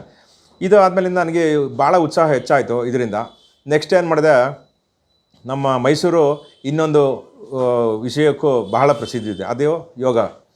ಈ ಯೋಗ ಮಾಡೋಕ್ಕೆ ಕಲಿಯೋಕ್ಕೆ ಬರುವಂಥ ಸ್ಟೂಡೆಂಟ್ಸ್ಗಳು ಬೆಳಗ್ಗೆ ಅವ್ರು 5 ಗಂಟೆಯಿಂದ 8 ಗಂಟೆ ತನಕ ಮಾತ್ರ ಯೋಗ ಇರುತ್ತೆ. 8 ಗಂಟೆ ಆದಮೇಲೆ ತಿರ್ಗಾ ನಾಳೆ ಬೆಳಗ್ಗೆ ತನಕ ಅವ್ರಿಗೇನು ಕೆಲಸ ಇರಲ್ಲ. ಸೊ ಇಂಥವ್ರಿಗೆ ನಮ್ಮ ಮೈಸೂರಲ್ಲಿ ಬೇರೆ ಬೇರೆ ಕ್ಲಾಸಸ್ ನಡೀತಾ ಇದೆ. ಸಂಸ್ಕೃತ ಕಲಿಯೋದು, ಮತ್ತು ಹಿಂದಿ ಕಲಿಯೋದು, ನಮ್ಮ ಕನ್ನಡ ಕಲಿಸೋದು, ರಂಗೋಲಿ ಕಲಿಸೋದು, ನಮ್ಮ ಕರ್ನಾಟಕ ಶೈಲಿ ಅಡುಗೆ ಕಲಿಸೋದು, ಮತ್ತು ಬುಟ್ಟಿ ಹೆಣೆಯೋದು, ಹೂವು ಕಟ್ಟೋದು, ಈ ಥರದ್ದೆಲ್ಲ ಕ್ಲಾಸಸ್ಗಳು ನಡೆಯುತ್ತೆ. ಅದ್ರ ಜೊತೆಲಿ ಯಾಕೆ ನಾನು ಈ ಕೆಲಸ ಅವ್ರಿಗೆ ಹೇಳ್ಕೊಡ್ಬಾರ್ದು ಅನ್ನೋದು ಒಂದು ಉದ್ದೇಶ ನಂದಾಯಿತು. ಸೊ ಇದಾದಮೇಲೆ ನಾನು ಒಬ್ಬ ನನ್ನ ಆಸ್ಟ್ರೇಲಿಯಾ ಫ್ರೆಂಡ್ ಮುಖಾಂತರ ಇದನ್ನು ಒತ್ಕೊಟ್ಟೆ. ಆತ ಇದ್ರ ಬಗ್ಗೆ ಒಂದು ವೆಬ್ಸೈಟು ಶುರು ಮಾಡಿ ಭಾಳ ಜನ ನಮ್ಮ ಹತ್ರ ಬಂದು ಫಾರಿನರ್ಸು ಯೋಗ ಕ್ಲಾಸ್ ಮುಗಿದ ಮೇಲಿಂದ 1 ಗಂಟೆ 2 ಗಂಟೆ, ನಾನು ಯೂಶಲಾಗಿ 3 ಗಂಟೆ ಕೆಲಸ ಕ್ಲಾಸ್ ತೊಗೋತೀನಿ, 10 ಗಂಟೆಯಿಂದ 1 ಗಂಟೆ ತನಕ. ಆ 10ರಿಂದ 1 ಗಂಟೆ ತನಕ 3 ಅವರ್ಸು ಅವ್ರಿಗೇನು ಬರ್ಡನ್ ಆಗಲ್ಲ. ಮತ್ತು ಅವ್ರು ಬಂದು ಭಾಳ ಉತ್ಸಾಹದಿಂದ ಕಲ್ತ್ಕೊಂಡು ಅದ್ರ ಬಗ್ಗೆ ಭಾಳ ಒಳ್ಳೆ ರಿವ್ಯೂಸ್ ಬರ್ತಿದ್ದಾರೆ. ಒಂದೊಂದು ಫ್ಯಾಮಿಲಿನೇ ಬಂದು ಕಲ್ತ್ಕೊಂಡು ಹೋಗ್ತಾರೆ. ಆ ಫ್ಯಾಮಿಲಿ ಕಲ್ತವರು ಅವರು ಇನ್ನೊಬ್ಬರು ಫ್ಯಾಮಿಲಿಗೆ ಹೋಗಿ ಅಲ್ಲಿಂದ ಕಳಿಸ್ತಾರೆ. ಭಾಳ ಖುಷಿ ಇರುತ್ತೆ ಅವ್ರು ಕೆಲಸ ಕಲ್ತ್ಕೊಂಡು ಹೋದಂಥವ್ರಿಗೆ ಭಾಳ ಖುಷಿಯಿಂದ ನಮ್ಮ ಹತ್ರ ರಿವ್ಯೂಸ್ಗೆ ಬರ್ತಿದ್ದಾರೆ. ಇದಾದಮೇಲೆ ನೆಕ್ಸ್ಟು ನಾನು ಇದೇ ವಿಷಯವನ್ನು ನಾನು ಸರ್ಕಾರದ 2-3 ಸಂಸ್ಥೆಯಲ್ಲಿ ನಾನು ನನ್ನ ಅನುಭವ ಈ ಮುಂಚೆ ಟ್ರೈನಿಂಗಿಗೆ ಬಂದಂಥವ್ರು ಯಾಕೆಲ್ಲ ಬರ್ತಾಯಿದ್ದಾರೆ, ಮತ್ತು ನಾನು ಮಕ್ಕಳಿಗೆ ಈ ನನ್ನ ಕಲೆ ಬಗ್ಗೆ ತಿಳಿಸ್ಕೊಟ್ಟಾಗ ಅವ್ರು ಹೆಂಗೆ ಇಷ್ಟಪಟ್ಟರು ಅನ್ನೋದ್ರ ಬಗ್ಗೆ ಎಲ್ಲ ನಾನು ಸರ್ಕಾರದಲ್ಲಿ ಮೊದಲನೇದಾಗಿ ಅಂಬೇಡ್ಕರ್ ಅಭಿವೃದ್ಧಿ ನಿಗಮ ಆದ DGM ಆದಂಥ ಒಬ್ಬರು ರಾಜೇಶ್ ಗೌಡ ಇದ್ದರು. ರಾಜೇಶ್ ಗೌಡ ಅವ್ರಿಗೆ ನನ್ನ ಇದ್ರದ್ದು ವ್ಯಕ್ತಪಡಿಸಿದೆ. ಅವರು ಭಾಳ ಖುಷಿಯಾಗಿ ನನಗೆ ಒಂದು ಫಸ್ಟ್ ಟ್ರೈನಿಂಗ್ ಮಾಡಿ ನೀವು ಒಂದು ಗೌರ್ಮೆಂಟಿಂದ ನಾವು ಏನು ಬೇಕು ಸಪೋರ್ಟ್ ಮಾಡ್ತೀವಿ ಅಂತ ಒಂದು ಫಸ್ಟು ಟೈಮು ಒಂದು ಸರ್ಕಾರದಿಂದ ಒಂದು ಟ್ರೈನಿಂಗ್ ಕೊಟ್ಟರು. ಆ ಟ್ರೈನಿಂಗ್ಗೆ ಅವರ ಅಭ್ಯರ್ಥಿಗಳು ಕಳಿಸಿದ್ರು. ಸೊ ನಾನು 1 ತಿಂಗಳು ಅವ್ರಿಗೆ ಪ್ರತಿ ದಿವಸ 3 ಗಂಟೆ ಥರ ಅವ್ರಿಗೆ ಟ್ರೈನಿಂಗ್ ಕೊಟ್ಟೆ. ಭಾಳ ಖುಷಿ ಆಯಿತು ಅವ್ರಿಗೆ. ಭಾಳ ಖುಷಿಯಾಗಿ ಅವ್ರ ಮುಂದೆ ನೆಕ್ಸ್ಟು ಒಂದು ಸಂಸ್ಥೆ ದೇವರಾಜ ಅರಸು ಅಭಿವೃದ್ಧಿ ನಿಗಮದವ್ರಿಗೆ ರೆಫರ್ ಮಾಡಿ ಅವರು ಅಲ್ಲಿಂದ ಈಗ ನಮಗೆ ಇಲ್ಲಿ ತನಕ ಒಂದು 5 ಟ್ರೈನಿಂಗ್ಗಳು ಮಾಡಿದ್ದೀನಿ ನಾನು. ಇದ್ರ ಜೊತೆಲಿ ಇದಕ್ಕೆ ಕೈ ಜೋಡ್ಸೋಕ್ಕೆ ನಮ್ಮ ನಿಮ್ಸ್ಮೆ ಅಂತ ಇದೆ, ನ್ಯಾಷನಲ್ ಇನ್ಸ್ಟಿಟ್ಯೂಟ್ ಫಾರ್ MSME ಅಂತ ಹೈದರಾಬಾದಲ್ಲಿದೆ. ಆ ಸಂಸ್ಥೆಯವರು NBCFDC ಅಂದರೆ national backward finance development corporation ಈ ಎರಡೂ ಸಹಯೋಗದಿಂದ ದೇವರಾಜ ಅರಸು ಅಭಿವೃದ್ಧಿ ನಿಗಮದವ್ರಿಗೆ ಒಂದು ಅನುದಾನ ಕೊಟ್ಟು ಅಲ್ಲಿಂದ ಅಭ್ಯರ್ಥಿಗಳನ್ನ ನನ್ನ ಹತ್ರ ಕಳಿಸ್ತಾರೆ. ಆ ಅಭ್ಯರ್ಥಿಗಳಿಗೆ ಸ್ಟೈಫಂಡ್ ಸಿಗುತ್ತೆ. ಅವರು ಗೌರ್ಮೆಂಟವರು ಉಚಿತವಾಗಿ ಪ್ರಯಾಣ ಭತ್ಯೆ, ಊಟ ವ್ಯವಸ್ಥೆ ಅದೆಲ್ಲ ಅವರೇ ಕೊಡ್ತಾರೆ, ಎಲ್ಲ ಭತ್ಯೆಗಳು ಕೊಡ್ತಾರೆ. ಸೊ ಭತ್ಯೆಗಳ ಜೊತೆಲಿ ಈ ಕೆಲಸನ 3 ಗಂಟೆ ಕಲಿಯೋಕ್ಕೋಸ್ಕರ ಅವಕಾಶನೂ ಮಾಡಿಕೊಡ್ತಾ ಇದ್ದಾರೆ. ಇದರಿಂದ ನಾನು ಈ ನಿಟ್ಟಿನಲ್ಲಿ ಈ ನಮ್ಮ ಸಂಸ್ಥೆಗಳಿಗೆ ಯಾವುದು ಈ ದೇವರಾಜರ್ಸು ನಿಗಮದ ಸಂಸ್ಥೆ, ನಮ್ಮ ಜಿಲ್ಲಾ ವ್ಯವಸ್ಥಾಪಕರುಗಳು, ಮತ್ತು DGM ಆದಂಥ ರಾಜೇಶ್ ಗೌಡರು, ಮತ್ತು ನಿಮ್ಸ್ಮೆ ಅಧಿಕಾರಿಗಳು, NBCFDC ಅಧಿಕಾರಿಗಳು, ಸೆಂಟ್ರಲ್ ಗೌರ್ಮೆಂಟ್ ಅಧಿಕಾರಿಗಳು ಎಲ್ಲರಿಗೂ ನಾನು ಈ ಮೂಲಕ ಒಂದು ತುಂಬ ಹೃದಯ ಧನ್ಯವಾದಗಳನ್ನ ಹೇಳೋಕ್ಕೆ ಇಷ್ಟಪಡ್ತೀನಿ. ಈ ಥರ ಕಲೆ ಎಂಕರೇಜ್ ಕೊಡುವಂಥ ಅಂಗಸಂಸ್ಥೆಗಳು ನಮ್ಮ ಡೆವಲಪ್ಮೆಂಟ್ ಕಾರ್ಪೊರೇಷನ್ ಆಫ್ ಹ್ಯಾಂಡಿಕ್ರಾಫ್ಟ್ಸ್ ಅವರು ಮತ್ತು ಕಾವೇರಿ ಎಂಪೋರಿಯಂ ಅವರು ಈ ನಿಟ್ಟಿನಲ್ಲಿ ಸ್ವಲ್ಪ ಇನ್ನೂ ಕೈ ಜೋಡಿಸಿ ಕಲಾವಿದರುಗಳನ್ನ ಬೇರೆ ಬೇರೆ ನಾನು ಒಬ್ಬನೇ ಮಾಡಬೇಕು ಅಂತ ಇಲ್ಲ, ಎಲ್ಲ ಕಲಾವಿದರು ಎಷ್ಟೊಂದು ಜನ ಕಲ್ತಿರೋರಿದ್ದಾರೆ, ಮಾಸ್ಟರ್ಸ್ ಇದ್ದಾರೆ, ನ್ಯಾಷನಲ್ ಅವಾರ್ಡ್ ತೊಗೊಂಡಿರೋರಿದ್ದಾರೆ, ಸ್ಟೇಟ್ ಅವಾರ್ಡ್ ತೊಗೊಂಡಿರೋರಿದ್ದಾರೆ. ಇವ್ರನ್ನೆಲ್ಲನೂ ಒಂದು ಒಗ್ಗೂಡಿಸಿ ಒಂದು ಇದ್ರ ಸಂಬಂಧಪಟ್ಟಂಗೆ ಒಂದು ಮೀಟಿಂಗ್ ಮಾಡಿ ಅವ್ರಿಗೆಲ್ಲ ಉತ್ತೇಜನ ಕೊಟ್ಟು ಕಲಿಸೋಕ್ಕೆ, ಅವರಿಂದ ಬೇರೆ ಬೇರೆಯವ್ರಿಗೆ ಕಲಿಯೋಕ್ಕೆ ಒಂದು ಉತ್ತೇಜನ ಕೊಡಬೇಕು. ಅದಕ್ಕಾಗಿ ಒಂದು ಸರ್ಕಾರದವರು ಅವರ ಇರೋವಂಥ ಜಾಗದಲ್ಲಿ ಕ್ಲಾಸ್ಗಳನ್ನ ಪರ್ಮನೆಂಟ್ ಒಂದು ಸ್ಕೂಲ್ ಥರ ಒಂದು ಯಾಕೆ ಶುರು ಮಾಡಬಾರ್ದು ಅನ್ನೋದೇ ನನ್ನ ಮನವಿ. ಶುರು ಮಾಡಿದ್ರೆ ಬಹಳ ಜನ ಮೈಸೂರಲ್ಲಿ ಕಲಿಯೋಕ್ಕೆ ಇಷ್ಟ ಇದ್ದಾರೆ. ಭಾಳ ಜನ ನಾನು ನೋಡ್ತೀನಿ, ನಮ್ಮ ಮನೆ ಅಕ್ಕಪಕ್ಕದ ಮನೆಯವರೆಲ್ಲ ಭಾಳ ಖುಷಿಯಾಗಿರ್ತಾರೆ. ನಂದು ಆವಾಗವಾಗ ರೇಡಿಯೋಲಿ ಇಂಟರ್ವ್ಯೂ ಬಂದಾಗ ಅಥವಾ ಟಿ ವಿಲಿ ಕ್ಲಿಪ್ಪಿಂಗ್ಗಳು ಬಂದಾಗ ಅದ್ರದ್ದೆಲ್ಲ ನೋಡ್ಬಿಟ್ಟು ನನಗೆ ಹೇಳ್ತಾರೆ, ನನಗೂ ಕಲಿಸು ಅಂತ. ಸೊ ಈ ಥರ ಎಲ್ಲ ಇಷ್ಟೊಂದು ಇದರಿರ್ಬೇಕಾದ್ರೆ ಗೌರ್ಮೆಂಟವರು ಇದ್ರ ಬಗ್ಗೆ ಪ್ರಯತ್ನ ಪಟ್ಟರೆ ಭಾಳ ಅನುಕೂಲ ಆಗುತ್ತೆ. ಪ್ರತಿಯೊಬ್ಬರಿಗೂ ಮೈಸೂರು ಕುಂದಣ ಕಲೆ ವಿಶೇಷತೆ, ಮೈಸೂರು ಕನ್ನಡದ ಮಹತ್ವನ ತಿಳಿಸ್ಕೊಟ್ಟು ಈ ಕಲೆಗೆ ಉತ್ತೇಜನ ಕೊಡಬೇಕು, ಈ ಕಲೆನ ಉಳಿಸೋಕ್ಕೆ ಬೆಳೆಸೋಕ್ಕೆ ಸಹಕಾರ ಕೊಡಬೇಕು ಅಂತ ಎಲ್ಲರಲ್ಲೂ ನಾನು ಮನವಿ ಕೊಡ್ತೀನಿ. ನಾನು ನನ್ನ ಈ ಕಲಾವೃತ್ತಿಗೆ ನನ್ನ ಮಕ್ಕಳಿಗೂ ತೊಡಗಿಸ್ಕೋಬೇಕು ಅಂತ ನಾನು ಇಚ್ಛೆ ಪಟ್ಟಿದ್ದೀನಿ. ಮತ್ತು ಅವರು ಭಾಳ ಖುಷಿಯಿಂದ ತೊಡಗಿಸ್ಕೊಂಡಿದ್ದಾರೆ ಕೂಡ. ಇವಳು ನನ್ನ ದೊಡ್ಡ ಮಗಳು ಹಂಸ, ನನ್ನ ಎರಡನೇ ಮಗಳು ನಂದಿನಿ. ಇಬ್ಬರು ಕಟ್ಟಿಂಗ್ ಕೆಲಸ ಗೊತ್ತು, ಕಟ್ಟಿಂಗ್ ಮಾಡ್ತಾರೆ. ಅವ್ರದ್ದೇ ಆದಂಥ ಶೈಲಿಗಳು, ಅವ್ರದ್ದೇ ಆದ ಡಿಸೈನ್ಗಳು ತೊಗೊಂಡ್ಬಿಡ್ತಾರೆ. ಯಾವಾಗಾರ ರಜಾ ಸಿಕ್ಕಿದಾಗ ನಮ್ಮ ಸ್ಕೂಲು ಇಂಟ್ರೊಡ್ಯೂಸ್ ಮಾಡ್ತೀನಿ, ಸ್ಕೂಲ್ ಮಕ್ಕಳಿಗೆಲ್ಲ ಕರ್ಕೊಂಡ್ಬರ್ತೀನಿ ರಜಾ ಟೈಮಲ್ಲಿ. ಆಗ ಇವರಿಬ್ಬರು ಅವ್ರ ಜೊತೆಲಿ ಕುತ್ಕೊಂಡು ಎಲ್ಲ ಕೆಲಸ ಎಲ್ಲ ಕಲ್ತಿದ್ದಾರೆ. ಕಟ್ಟಿಂಗ್ ಕೆಲಸ ಎಲ್ಲ ಗೊತ್ತು. ಮತ್ತು ನೆಕ್ಸ್ಟ್ ಲೆವೆಲಲ್ಲಿ ಇವ್ರಿಗೆ ಫಿನಿಷಿಂಗು ಮತ್ತು ಬೇರೆ ಎನಿಗ್ರೇವಿಂಗ್ ಕೆಲಸ ಎಲ್ಲ ಕಲಿಸೋದು ಇನ್ನೂ ಬಾಕಿ ಇದೆ. ಈಗಿಲ್ಲಿಗೆ ನೋಡಿ, ನಮ್ಮ ತಂದೆ, ನಾನು ಮತ್ತು ನನ್ನ ಮಕ್ಕಳು ಅಲ್ಲಿಗೆ 3ನೇ ಜನ್ರೇಷನ್ನು ನಾವೀಗ ಪಾಸನ್ ಮಾಡ್ತಾ ಇದ್ದೀವಿ. ಈಗ ನಾನು ವುಡ್ಡಿನ್ಲೆ ಕಲೆ ಬಗ್ಗೆ ಏನೆಲ್ಲ ಹೊಸ ಇನ್ನೋವೇಷನ್ ಅಂತ ಹೇಳಿದೆ. ಸೊ ಅದರಲ್ಲಿ ಈಗ ನೆಕ್ಸ್ಟ್ ಹೇಳ್ಕೊಂಡು ಹೋಗ್ತೀನಿ ನೋಡಿ. ಇನ್ನೊಂದು ಫರ್ದರ್ ಈಗ ನೋಡಿ, ಇದು MRF ಕಂಪ್ನಿಯವ್ರಿಗೆ ನಮಗಿಂದ ಒಂದ್ಸಲ ಆರ್ಡರ್ ಬಂದಿತ್ತು. MRF ಟೈರ್ ನಾವು ಮಾಡಿದ್ದೆ. ಇದನ್ನು ಅವರು ಒಂದು 350 ಮೊಮೆಂಟಸ್ ಥರ ಮಾಡಿಸ್ಕೊಂಡಿದ್ರು. ಈಗ ನೋಡಿ, ಕಂಪ್ಲೀಟ್ ವುಡ್ಡಿನಲ್ಲೇ MRF ಟೈರ್ ಕೊಟ್ಟಾಗ ಅವ್ರಿಗೆ ಭಾಳ ಖುಷಿ ಅನ್ನಿಸ್ತು. 350 ಪೀಸು ಏನು ಇದು ಮಾಡಿದೆ, ವುಡ್ಡಿನಲ್ಲಿ ನ್ಯಾಚುರಲಾಗಿ ಇಷ್ಟು ಜನ ಆರ್ಟಿಸ್ಟ್ಗೆ ಹೆಲ್ಪ್ ಆಗುತ್ತಲ್ಲ ಅಂತ ನಾವು ಇದು ಟೈರ್ಸ್ಗಳು ಆರ್ಡರ್ ಕೊಟ್ಟಿದ್ರು. ಗ್ರೋ ಟುಗೆದರ್ ಅಂತ ಒಂದು ಕಾನ್ಸೆಪ್ಟಲ್ಲಿ ಇದು ಮೊಮೆಂಟಸ್ ಮಾಡಿದ್ವಿ. ರೈಡರ್ಸ್ ಕ್ಲಬ್ಗೆ ಈಗ ಈ ಥರದೊಂದು ಬೈಕ್ ಮಾಡಿಕೊಟ್ಟಿದ್ದೆ. ಒಬ್ಬ ಇರಾನಿಯನ್ನು ಇಲ್ಲಿ ಮೈಸೂರಲ್ಲಿ ಓದಕ್ಕೆ ಬಂದಿದ್ದರು. ಗಂಡ ಹೆಂಡತಿ ಅಂದರೆ ಅವ್ರು ಇನ್ನೂ ಮದುವೆ ಆಗಿರಲ್ಲ, ಹುಡುಗ ಹುಡುಗಿ ಇಬ್ಬರು ಇರಾನಿಯನ್ನು. ಮೈಸೂರಲ್ಲಿ ಮದುವೆ ಆಯ್ತು ಅವ್ರದ್ದು. ಸೊ ಮೈಸೂರಲ್ಲಿ ಮದುವೆ ಆದವ್ರು ಏನು ಮಾಡಿದ್ರು, ಮೈಸೂರಲ್ಲಿ ಮದುವೆ ಆದಮೇಲಿಂದ ನಾವು ಮೈಸೂರದೇ ಒಂದು ಥೀಮ್ ಇಟ್ಕೊಂಡು ಇನ್ವಿಟೇಷನ್ ಕಾರ್ಡ್ ಮಾಡಿಸ್ಬೇಕು ಅಂತ ಇದ್ರ ದಸರಾ ಮಾಡಿಕೊಂಡು ಇದರಲ್ಲಿ ಅವ್ರು ಇಬ್ಬರು ಹುಡುಗ ಹುಡುಗಿ ಹೆಸರು ಇಂಥ ದಿವಸ ಮದುವೆ ಅಂತಂದು ಮೈಸೂರು ಹೋಟ್ಲಲ್ಲಿ ಮದುವೆ ಯಾವುದು ಅಂತ ಅಂದ್ಬಿಟ್ಟು ಹಾಕಿ ಇದು ಮಾಡಿದರು. ಸೊ ಇದೇ ಮೈಸೂರು ಅರಮನೆನ ನಾವು ಇರಾನ್ ದೇಶಕ್ಕೆ ಒಂದು 300 ಪೀಸ್ ನಾವು ಮಾಡಿಕೊಟ್ವಿ ಇನ್ವಿಟೇಷನ್ ಆಗಿ. ಸೊ ಆಪರ್ಚುನಿಟಿ ಹುಡ್ಕೊಂಡು ಹೋದರೆ ಬೇಕಾದಷ್ಟು ಇನ್ಲೇ ಕಲಲ್ಲಿ ಇದೆ. ನಾನೇ ಅವ್ರಿಗೆ ಡಿಸೈನ್ ಹೇಳಿದ್ದು, ನಾನೇ ಮೈಸೂರು ಟ್ರೆಡಿಷ್ನಲ್ಲಾಗಿ ನೀವು ಮೈಸೂರು ಮದುವೆ ಮಾಡ್ಕೋತೀರಾ ಅಂದ್ರೆ ಮೈಸೂರಲ್ಲೇ ಮದುವೆ ಮಾಡ್ಕೋತೀರ ಅಂದ್ರೆ ಮೈಸೂರು ದಸರಾನೇ ನೀವು ಕೊಡ್ಬೋದಲ್ಲ ಇನ್ವಿಟೇಷನ್ ಆಗಿ ಅಂತ. ಸೊ ಈಗ ಅವ್ರಿಗೆ ಅವಕಾಶ ಆಯಿತು, ಅದರಲ್ಲಿ ಖುಷಿ ಆಯಿತು. ಅವರು ಇರಾನಿಯನ್ನು ಅವರು ಎಲ್ಲರಿಗೂ ಆ 300 ಜನಕ್ಕೂ ಇದರಲ್ಲೇ ಇನ್ವಿಟೇಷನ್ ಮಾಡಿ ಇದಕ್ಕೊಂದು ಸಿಲ್ಕ್ದು ಬ್ಯಾಗ್ ಹಾಕ್ಬಿಟ್ಟು ಬ್ಯಾಗಿಂದ ಇನ್ವಿಟೇಷನ್ ಕೊಟ್ಟಿದ್ದಾರೆ. ಸೊ ಎಷ್ಟು ಖುಷಿ ಅನಿಸುತ್ತೆ ಅಂದರೆ ಅವ್ರಿಗೂ ಖುಷಿ ಆಯಿತು, ನಮಗೂ ಭಾಳ ಖುಷಿ. ನಮ್ಗೆ ವ್ಯಾಪಾರ ಆಯಿತು. 400 ಪೀಸು 350 ಪೀಸು ಒಟ್ಟಿಗೆ ಒಂದು ಮೈಸೂರು ದಸರಾ ತೊಗೊಂಡು ಇರಾನ್ಗೆ ಹೋಯ್ತು ಅಂದರೆ ಎಷ್ಟು ಖುಷಿ ಅಲ್ಲ ವಿಷಯ. ಈಗ ನಾನು ಥೀಮಲ್ಲೇ ವರ್ಕ್ ಮಾಡ್ತೀನಿ. ಈಗ ಮೈಸೂರು ಪ್ಯಾಲೇಸು ಭಾಳ ಜನ ಮಾಡ್ತಾರೆ. ನಾನು ಈಗ ಮೈಸೂರು ಮಹಿಷಾಸುರ ಮಾಡ್ತೀನಿ. ಮಹಿಷಾಸುರ ನಿಂತಿರೋದು, ಕೂತ್ಕೊಂಡಿರೋದು, ಮೈಸೂರು ಬಸವಣ್ಣ ಮಾಡ್ತೀನಿ, ಮೈಸೂರದ್ದು ಜಟ್ಕಾ ಗಾಡಿ ಮಾಡ್ತೀನಿ. ಒಂದು ಸಿಟಿ ಥೀಮ್ ಏನೇನಿದೆ ಅದೆಲ್ಲ ಮಾಡ್ತೀನಿ. ಮೈಸೂರು ಪ್ಯಾಲೇಸ್ದು ಮೇನ್ ಗೇಟ್ ಮಾಡ್ತೀನಿ. ಸೊ ಈ ಗೇಟ್ ಇದೆಲ್ಲ ಮಾಡಿದಾಗ ಟೂರಿಸ್ಟ್ ಬಂದವ್ರಿಗೆ ಎಲ್ಲರಿಗೂ ದೊಡ್ಡ ಪದಾರ್ಥ ತೊಗೊಳಕ್ಕೆ ಅನಾನುಕೂಲ ಇರ್ಬೋದು, ತೊಗೊಳೋಕೆ ಕಷ್ಟ ಆಗ್ಬೋದು ದೊಡ್ಡ ಸೈಜ್ ಆದ್ದರಿಂದ. ಈ ಥರ ಚಿಕ್ಕದು ಕೊಟ್ಟರೆ ಸುವೇನಿಯರ್ ಆಗಿ ನೆನಪಿನ ಕಾಣಿಕೆ ಥರ ಇಟ್ಕೊಂಡಿರ್ತಾರೆ. ಅವರು ಯಾರಿಗೋ ಗಿಫ್ಟ್ ಕೊಡಬೇಕು, ಮೈಸೂರಿಗೆ ಗಿಫ್ಟ್ ಕೊಡಬೇಕು, ಈ ಥರದ್ದೆಲ್ಲ ಚಿಕ್ಕ ತೊಗೊಳೋಕೆ ಅನುಕೂಲ ಆಗುತ್ತೆ. ಸೊ ಈ ಥರ ನನ್ನ ಮಾರ್ಕೆಟಿಂಗಲ್ಲಿ ನಾನು ಯಾಕೆ ಯಾವತ್ತೂ ನನಗೆ ಹಿನ್ನಡೆ ಆಗಿಲ್ಲ ನನಗೆ ಅನ್ನೋದಕ್ಕೆ ಒಂದು ಸಣ್ಣ ಉದಾಹರಣೆಗಳಿದೆ. ಇದು ದೇಸಿ ಗೇಮು. ಆಗ ನಾವು ಹಳೆ ಕಾಲದಲ್ಲಿ ಬುಗುರಿ ಆಡ್ತಾಯಿದ್ವಿ. ಈ ಬುಗುರಿ ನೆನಪು ಎಷ್ಟೊಂದು ಜನಕ್ಕೆ ಯಾವುದೋ ಒಂದು ರಿಯೂನಿಯನ್ ಮಾಡ್ಕೋತಾರೆ. ಹಳೆ ಕಾಲದಲ್ಲಿ ಓದೋವಂಥವರು ಯಾವುದೋ ಹೈಸ್ಕೂಲ್ದು ಅಥವಾ ಕಾಲೇಜು ರಿಯೂನಿಯನ್ಗಳು ಸ್ಟೂಡೆಂಟ್ಸ್ ಎಲ್ಲ ಸೇರಿಕೊಂಡಾಗ ಈ ಬುಗುರಿ ಆಡಿದ ನೆನಪಿಗೋಸ್ಕರ ಇದೆಲ್ಲ ಕೊಟ್ಕೋಬೋದು. ನೋಡಿ, ಇದು ಲಗೋರಿ ಆಡಿರ್ತಾರೆ ಯಾರೋ, ಆ 3 ಜನ ಸೇರ್ಕೊಂಡು ಈ ಥರ ತೊಗೋಬೋದು, ಯಾರಿಗೆ ಗಿಫ್ಟ್ ಕೊಡ್ಬೋದು, ಅಥವಾ ಟೀಚರ್ಸ್ಗೆಲ್ಲ ಸೇರಿಕೊಂಡು ಏನೋ ಬೇರೆ ಥರ ಗಿಫ್ಟ್ ಕೊಡ್ಬೋದು. ಈಗ ಹಳೆ ಕಾಲದಲ್ಲಿ ನಾವೆಲ್ಲರೂ ಒಂದಲ್ಲ ಒಂದು ಟೈಮಲ್ಲಿ ಬಂಡಿ ಆಡಿರೋರೆ. ಸೊ ಬಂಡಿ ಆಡಿರೋರು ತೋರಿಸಿದಾಗ ಅವ್ರಿಗೆ ಖುಷಿ ಆಗುತ್ತೆ. ಇದೇ ಥರದಲ್ಲಿ ನಾನು ಬಜಾಜ್ ಸ್ಕೂಟ್ರ್ ಮಾಡಿದ್ದೀನಿ, ಬಜಾಜ್ ಸ್ಕೂಟ್ರು, ಆಟೋ ಎಲ್ಲ ಮಾಡಿದ್ದೀನಿ. ಫ್ಯಾಷನ್ ಡಿಸೈನರು ನಮ್ಮ ಹತ್ರ ಕೋಸ್ಟರ್ಸ್ ಬೇಕು ಅಂತ ಬಂದಿದ್ದರು. ಸೊ ನೋಡಿ ಅವ್ರಿಗೆ ಇಷ್ಟ ಆಗೋದು ಕತ್ರಿಗಳು. ಸೊ ಫ್ಯಾಷನ್ ಡಿಸೈನ್ ಅಂದರೆ ಕತ್ರಿ ಅಂದರೆ ಫ್ಯಾಷನ್ ಡಿಸೈನು. ಸೊ ಅದನ್ನ ಥೀಮಾಗಿ ಇಟ್ಕೊಂಡು ಒಬ್ಬ ನನ್ನ ಫ್ರೆಂಡ್ ಹತ್ರ ಇದು ಹೇಳ್ಬಿಟ್ಟು ಡಿಸೈನ್ ಮಾಡಿಸ್ಕೊಂಡೆ. ಸೊ ಇದ್ರ ಮೇಲೆ ನೋಡಿ, ಇದರಲ್ಲಿ 4 ಥರ ಡಿಸೈನ್ ಮಾಡಿಬಿಟ್ಟು ಈಗ ಕತ್ರಿ ಮಾಡಿದ್ದೀನಿ. ಸೊ ಈಗ ಅವ್ರಿಗೆ ಖುಷಿ ಆಗುತ್ತೆ. ಇದು ಈ ಕತ್ರಿದು ಹೋಗಿ ಅವ್ರಿಗೆ ಗಿಫ್ಟ್ ಕೊಟ್ಟಾಗ ಖುಷಿ ಅನಿಸುತ್ತೆ. ಸೊ ಈ ಥರದಲ್ಲಿ ಒಂದು ಫ್ಯಾಮಿಲಿ ಗ್ಯಾದರಿಂಗ್ ಇತ್ತು. ಒಂದು ಫ್ಯಾಮಿಲಿ ಗ್ಯಾದರಿಂಗ್ಗೆ ನೋಡಿ ಈ ಥರದೊಂದು ಗಿಫ್ಟ್ ಮಾಡಿಕೊಟ್ವಿ. ಇವಾಗ ಅವ್ರಿಗೆ ಖುಷಿ ಆಯಿತು. ಈ ಥರದ್ದು ಒಂದು 50 ಪೀಸ್ ಮಾಡಿಸ್ಕೋತಾರೆ. ಇನ್ನೊಂದು, ಈಗ ನಾನು ಎಕ್ಸ್ಪೋರ್ಟ್ ಮಾಡ್ಬೇಕಂದ್ರೆ ಒಬ್ಬರು US ಗೆ ಕೆಲವು ಗಿಫ್ಟ್ ಕೊಡಬೇಕು ಅಂತ ಬಂದಿದ್ದರು. ಸೊ ಈ ಥರ ನಾವು ಆಪರ್ಚುನಿಟಿ ಹುಡ್ಕೋಕ್ಕೆ ಏನೆಲ್ಲ ಮಾಡ್ಬೋದು. ಇದು ನೋಡಿ ಟ್ರೆಡಿಷ್ನಲ್ ಆನೆ, ಟೆಂಪಲ್ ಎಲಿಫೆಂಟು. ಸೊ ಇದು ಯಾವಾಗ ಎವರ್ಗ್ರೀನ್, ಇದು ಎಲ್ಲ ಕಾಲದಲ್ಲೂ ಸೇಲ್ ಆಗುತ್ತೆ. ನಾನು ಇದರಲ್ಲಿ ಕೆಲವು ಅಬ್ಸ್ಟ್ರಾಕ್ಟ್ ಡಿಸೈನ್ಗಳು ಮಾಡ್ತೀನಿ. ಸರ್ ನೋಡಿ, ಇದು ಎರಡೇ ಕಲರ್ ಮಾಡಿದ್ದು, ಹಲ್ಸು ಮತ್ತು ರೋಸ್ವುಡ್ ಎರಡೇ ಉಪಯೋಗಿಸ್ತೀನಿ. ಇದು ಸ್ಲೆಟ್ ಮತ್ತು ಸಂಕೆ ಮರ ಮತ್ತು ರೋಸ್ವುಡ್ ಮಾತ್ರ ಉಪಯೋಗಿಸಿ ಇದನ್ನು ಮಾಡಿದ್ದೀನಿ. ಇದು ಒಬ್ಬ ನನ್ನ ಫ್ರೆಂಡು NIDಯಿಂದ ಬಂದಂಥ ಸ್ಟೂಡೆಂಟು ನನ್ನ ಮಗಳ ಹಸ್ತ ಇಟ್ಬಿಟ್ಟು ಇದನ್ನು ಬರೆದ್ಬಿಟ್ಟು ಈ ಥರ ಕೊಟ್ಟಿದ್ರು. ನೋಡಿ, ಇದು ಎರಡೇ ವುಡ್ಡಲ್ಲಿ ಮಾಡಿರೋದು. ಬರೋ ಟೂರಿಸ್ಟೆಲ್ಲ ಈ ಥರದ್ದು ಇಷ್ಟಪಡ್ತಾರೆ.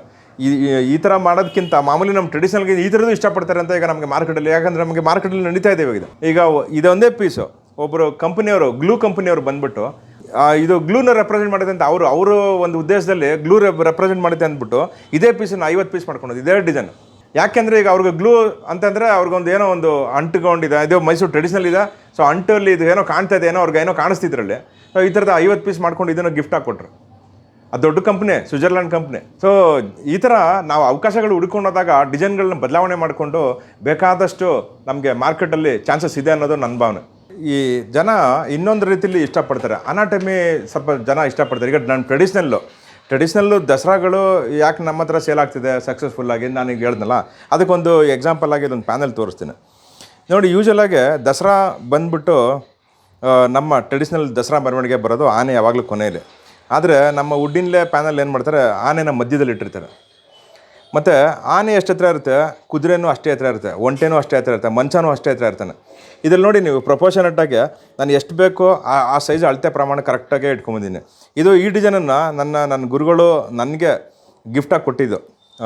ಕುಪ್ಪಾಚಾರ ಹತ್ರ ನಾನು ಕಲ್ತ್ಕೊಂಡೆ ಡ್ರಾಯಿಂಗು. ಸೊ ಅವರು ನನಗೆ ನನ್ನ ಮದುವೆ ಬಳುವಳಿಯಾಗಿ ಈ ಡಿಸೈನ್ನ ಕೊಟ್ಟಿದ್ದು, ಈ ದಸರಾ ಡಿಸೈನ್. ಕಂಟೆಂಪ್ರರಿ ಏನು ಇವರು ಇಂಟೀರಿಯರ್ ಡಿಸೈನರ್ ಮಾಡಿರ್ತಾರೆ, ಇಂಟೀರಿಯರ್ ಡಿಸೈನ್ಗೆ ಸೋಬರ್ ಕಲರ್ ಇರುತ್ತೆ. ಸೊ ಸೋಬರ್ ಕಲರ್ಗೆ ಸೋಬರಾಗೇ ಇರೋದು ಹುಡುಕ್ತಾ ಇರ್ತಾರೆ. ಅಲ್ಲಿ ಒಂದು ಸಣ್ಣ ಲೈಟ್ ಕೊಟ್ಟಿರ್ತಾರೆ ಆ ಗೋಡೆ ಮೇಲೆ. ಸೊ ಅಲ್ಲಿಗೆ ಏನು ಬೇಕು ಈ ಡಿಸೈನ್ ಹುಡುಕ್ತಾರೆ. ಇವಾಗ ಈ ಥರ ಸಿಂಪಲ್ ಆಗಿರುತ್ತೆ. ಇದ್ರಲ್ಲಿ ನೋಡಿ, ನಾನು ಎಲ್ಲೂ ಆನೆ ಬ್ರೈಟ್ ಮಾಡಿಲ್ಲ. ಇದರಲ್ಲಿ ಆನೆ ದಂತಗಳು ಮಾತ್ರ ಒಂದು ಅಕ್ರಲಿಕ್ ಹಾಕಿದ್ದೀನಿ, ಬಾಕಿ ಎಲ್ಲ ಕಡೆ ನ್ಯಾಚುರಲ್ ಕಲರ್ ವುಡ್ ಉಪಯೋಗಿಸಿದ್ದೀನಿ. ಸೊ ನ್ಯಾಚುರಲ್ ಕಲರ್ ವುಡ್ ಉಪಯೋಗಿಸಿರುತ್ತೆ ಏನಾಗುತ್ತೆ, ಅದು ಕಲರ್ ಮೈಲ್ಡಾಗಿರುತ್ತೆ, ಅಲ್ಲಿ ಆ ಲೈಟ್ಗೆ ಆ ಪೇಂಟ್ಗೆ ಹೊಂದ್ಕೊಳ್ತಿದ್ದು. ಸೊ ಹಂಗಾಗಿ ಇದು ನಮ್ಮ ಹತ್ರ ಚೆನ್ನಾಗಿ ಒಳ್ಳೆ ಫಾಸ್ಟ್ ಮೂವಿಂಗ್ ಇದೆ.